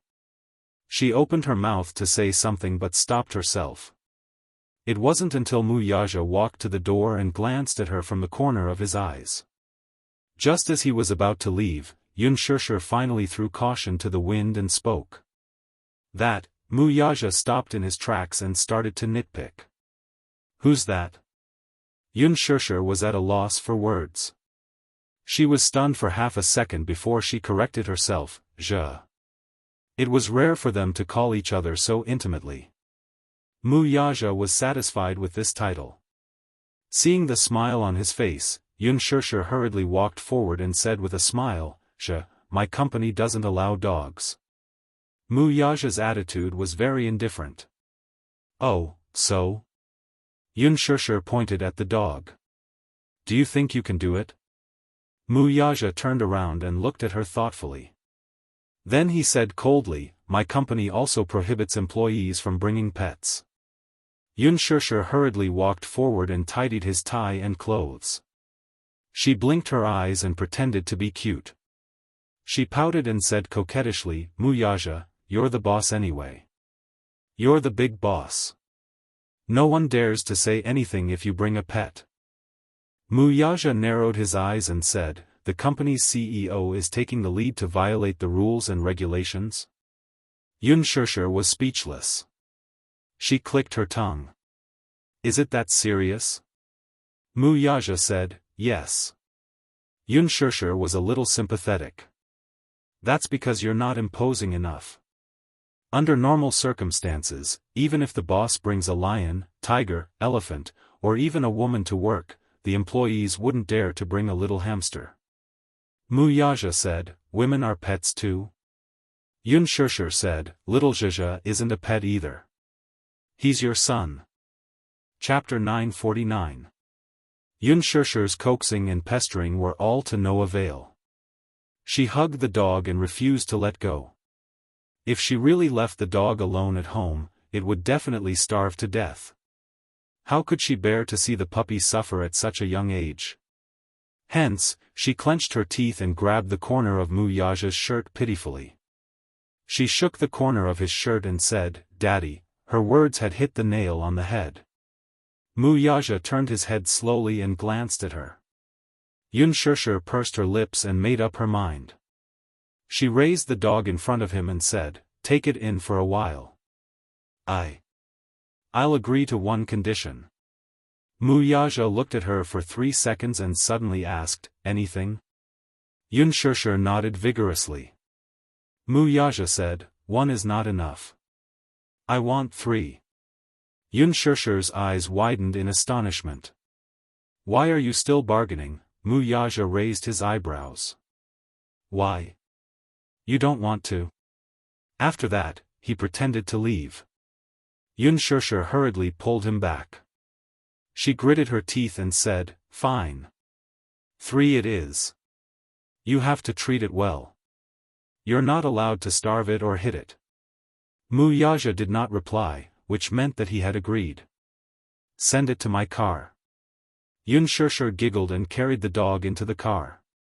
Her eagerness finally made Wuxia lose his composure. He did not know whether to laugh or cry. Wuxia first sent Unspoken to the company. When he arrived at the company, the security guard opened the car door. Wuxia threw the keys into his hand and asked him to park the car as usual. When he got out of the car, he seemed to have thought of something. He turned around and instructed the security guard, "Send that stupid dog to my office." "Yes. CEO Mu." When Minyu escorted the puppy to the CEO's office, it attracted a lot of attention.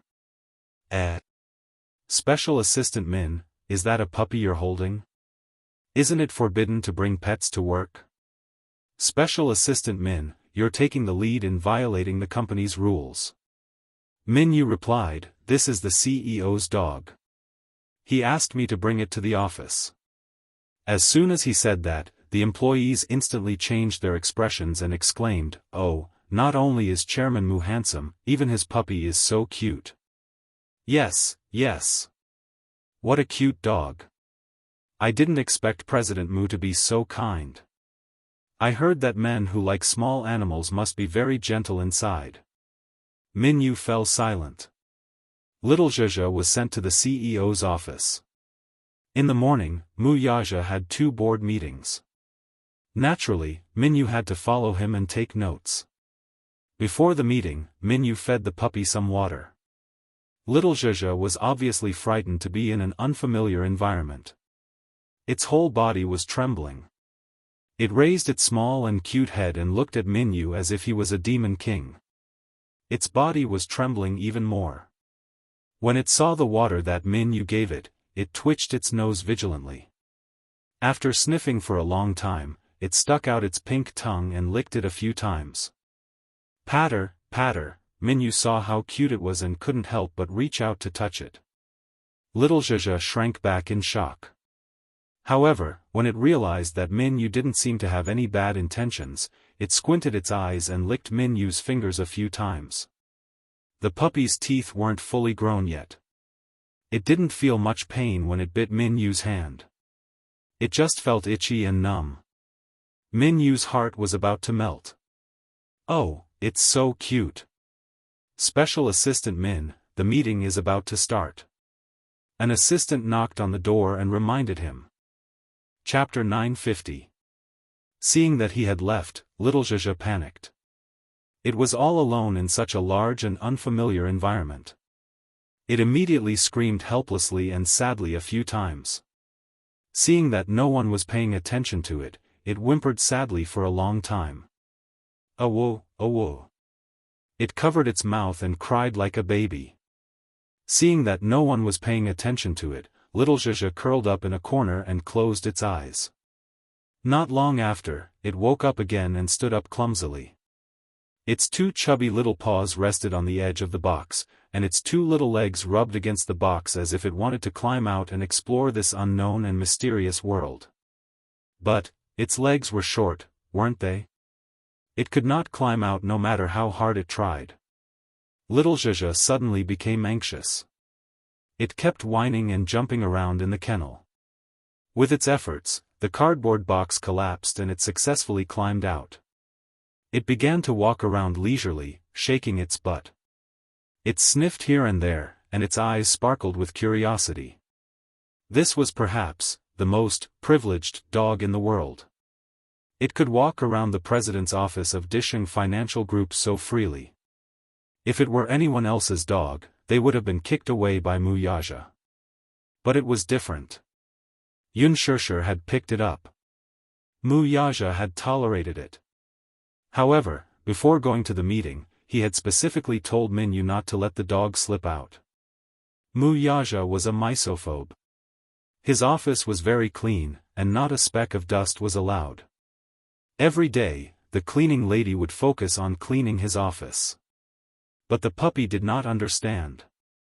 It wandered around to its heart's content, scratching at the expensive leather sofa and gnawing at the corner of Mu Yazhe's solid wood desk, leaving behind a ghastly set of teeth marks. After a while, it ran to the expensive carpet and peed in satisfaction. Now that Mu Yazhe was not around, the huge office was its playground. When it was tired, it stretched out its legs and lay on the floor. However, after a few seconds, it stood up restlessly. Suddenly, it ran to the door and scratched at it eagerly, as if it wanted to go out. But who would care about it now? It seemed to be impatient as its 2 claws madly scratched the solid wooden door. However, seeing that no one was paying attention to it, it could no longer hold it in. It circled around on the spot, its nose twitching as it constantly made sniffing sounds. Finally, its small body quivered, and it arched its back. Its 4 limbs moved closer, and its butt trembled violently. Then, with a poof, it defecated a pile of smelly feces. This time, it finally felt comfortable. It spread its claws and walked around a few more times before lying down on the carpet and falling asleep. After the meeting ended, Mu Yaja walked to the office while giving instructions to Minyu. Just as he pushed the door open and took a step forward, he felt that he had stepped on something soft. His face stiffened and his eyes turned cold. Minyu walked up to him and saw his back stiffened at the door. He was a little surprised.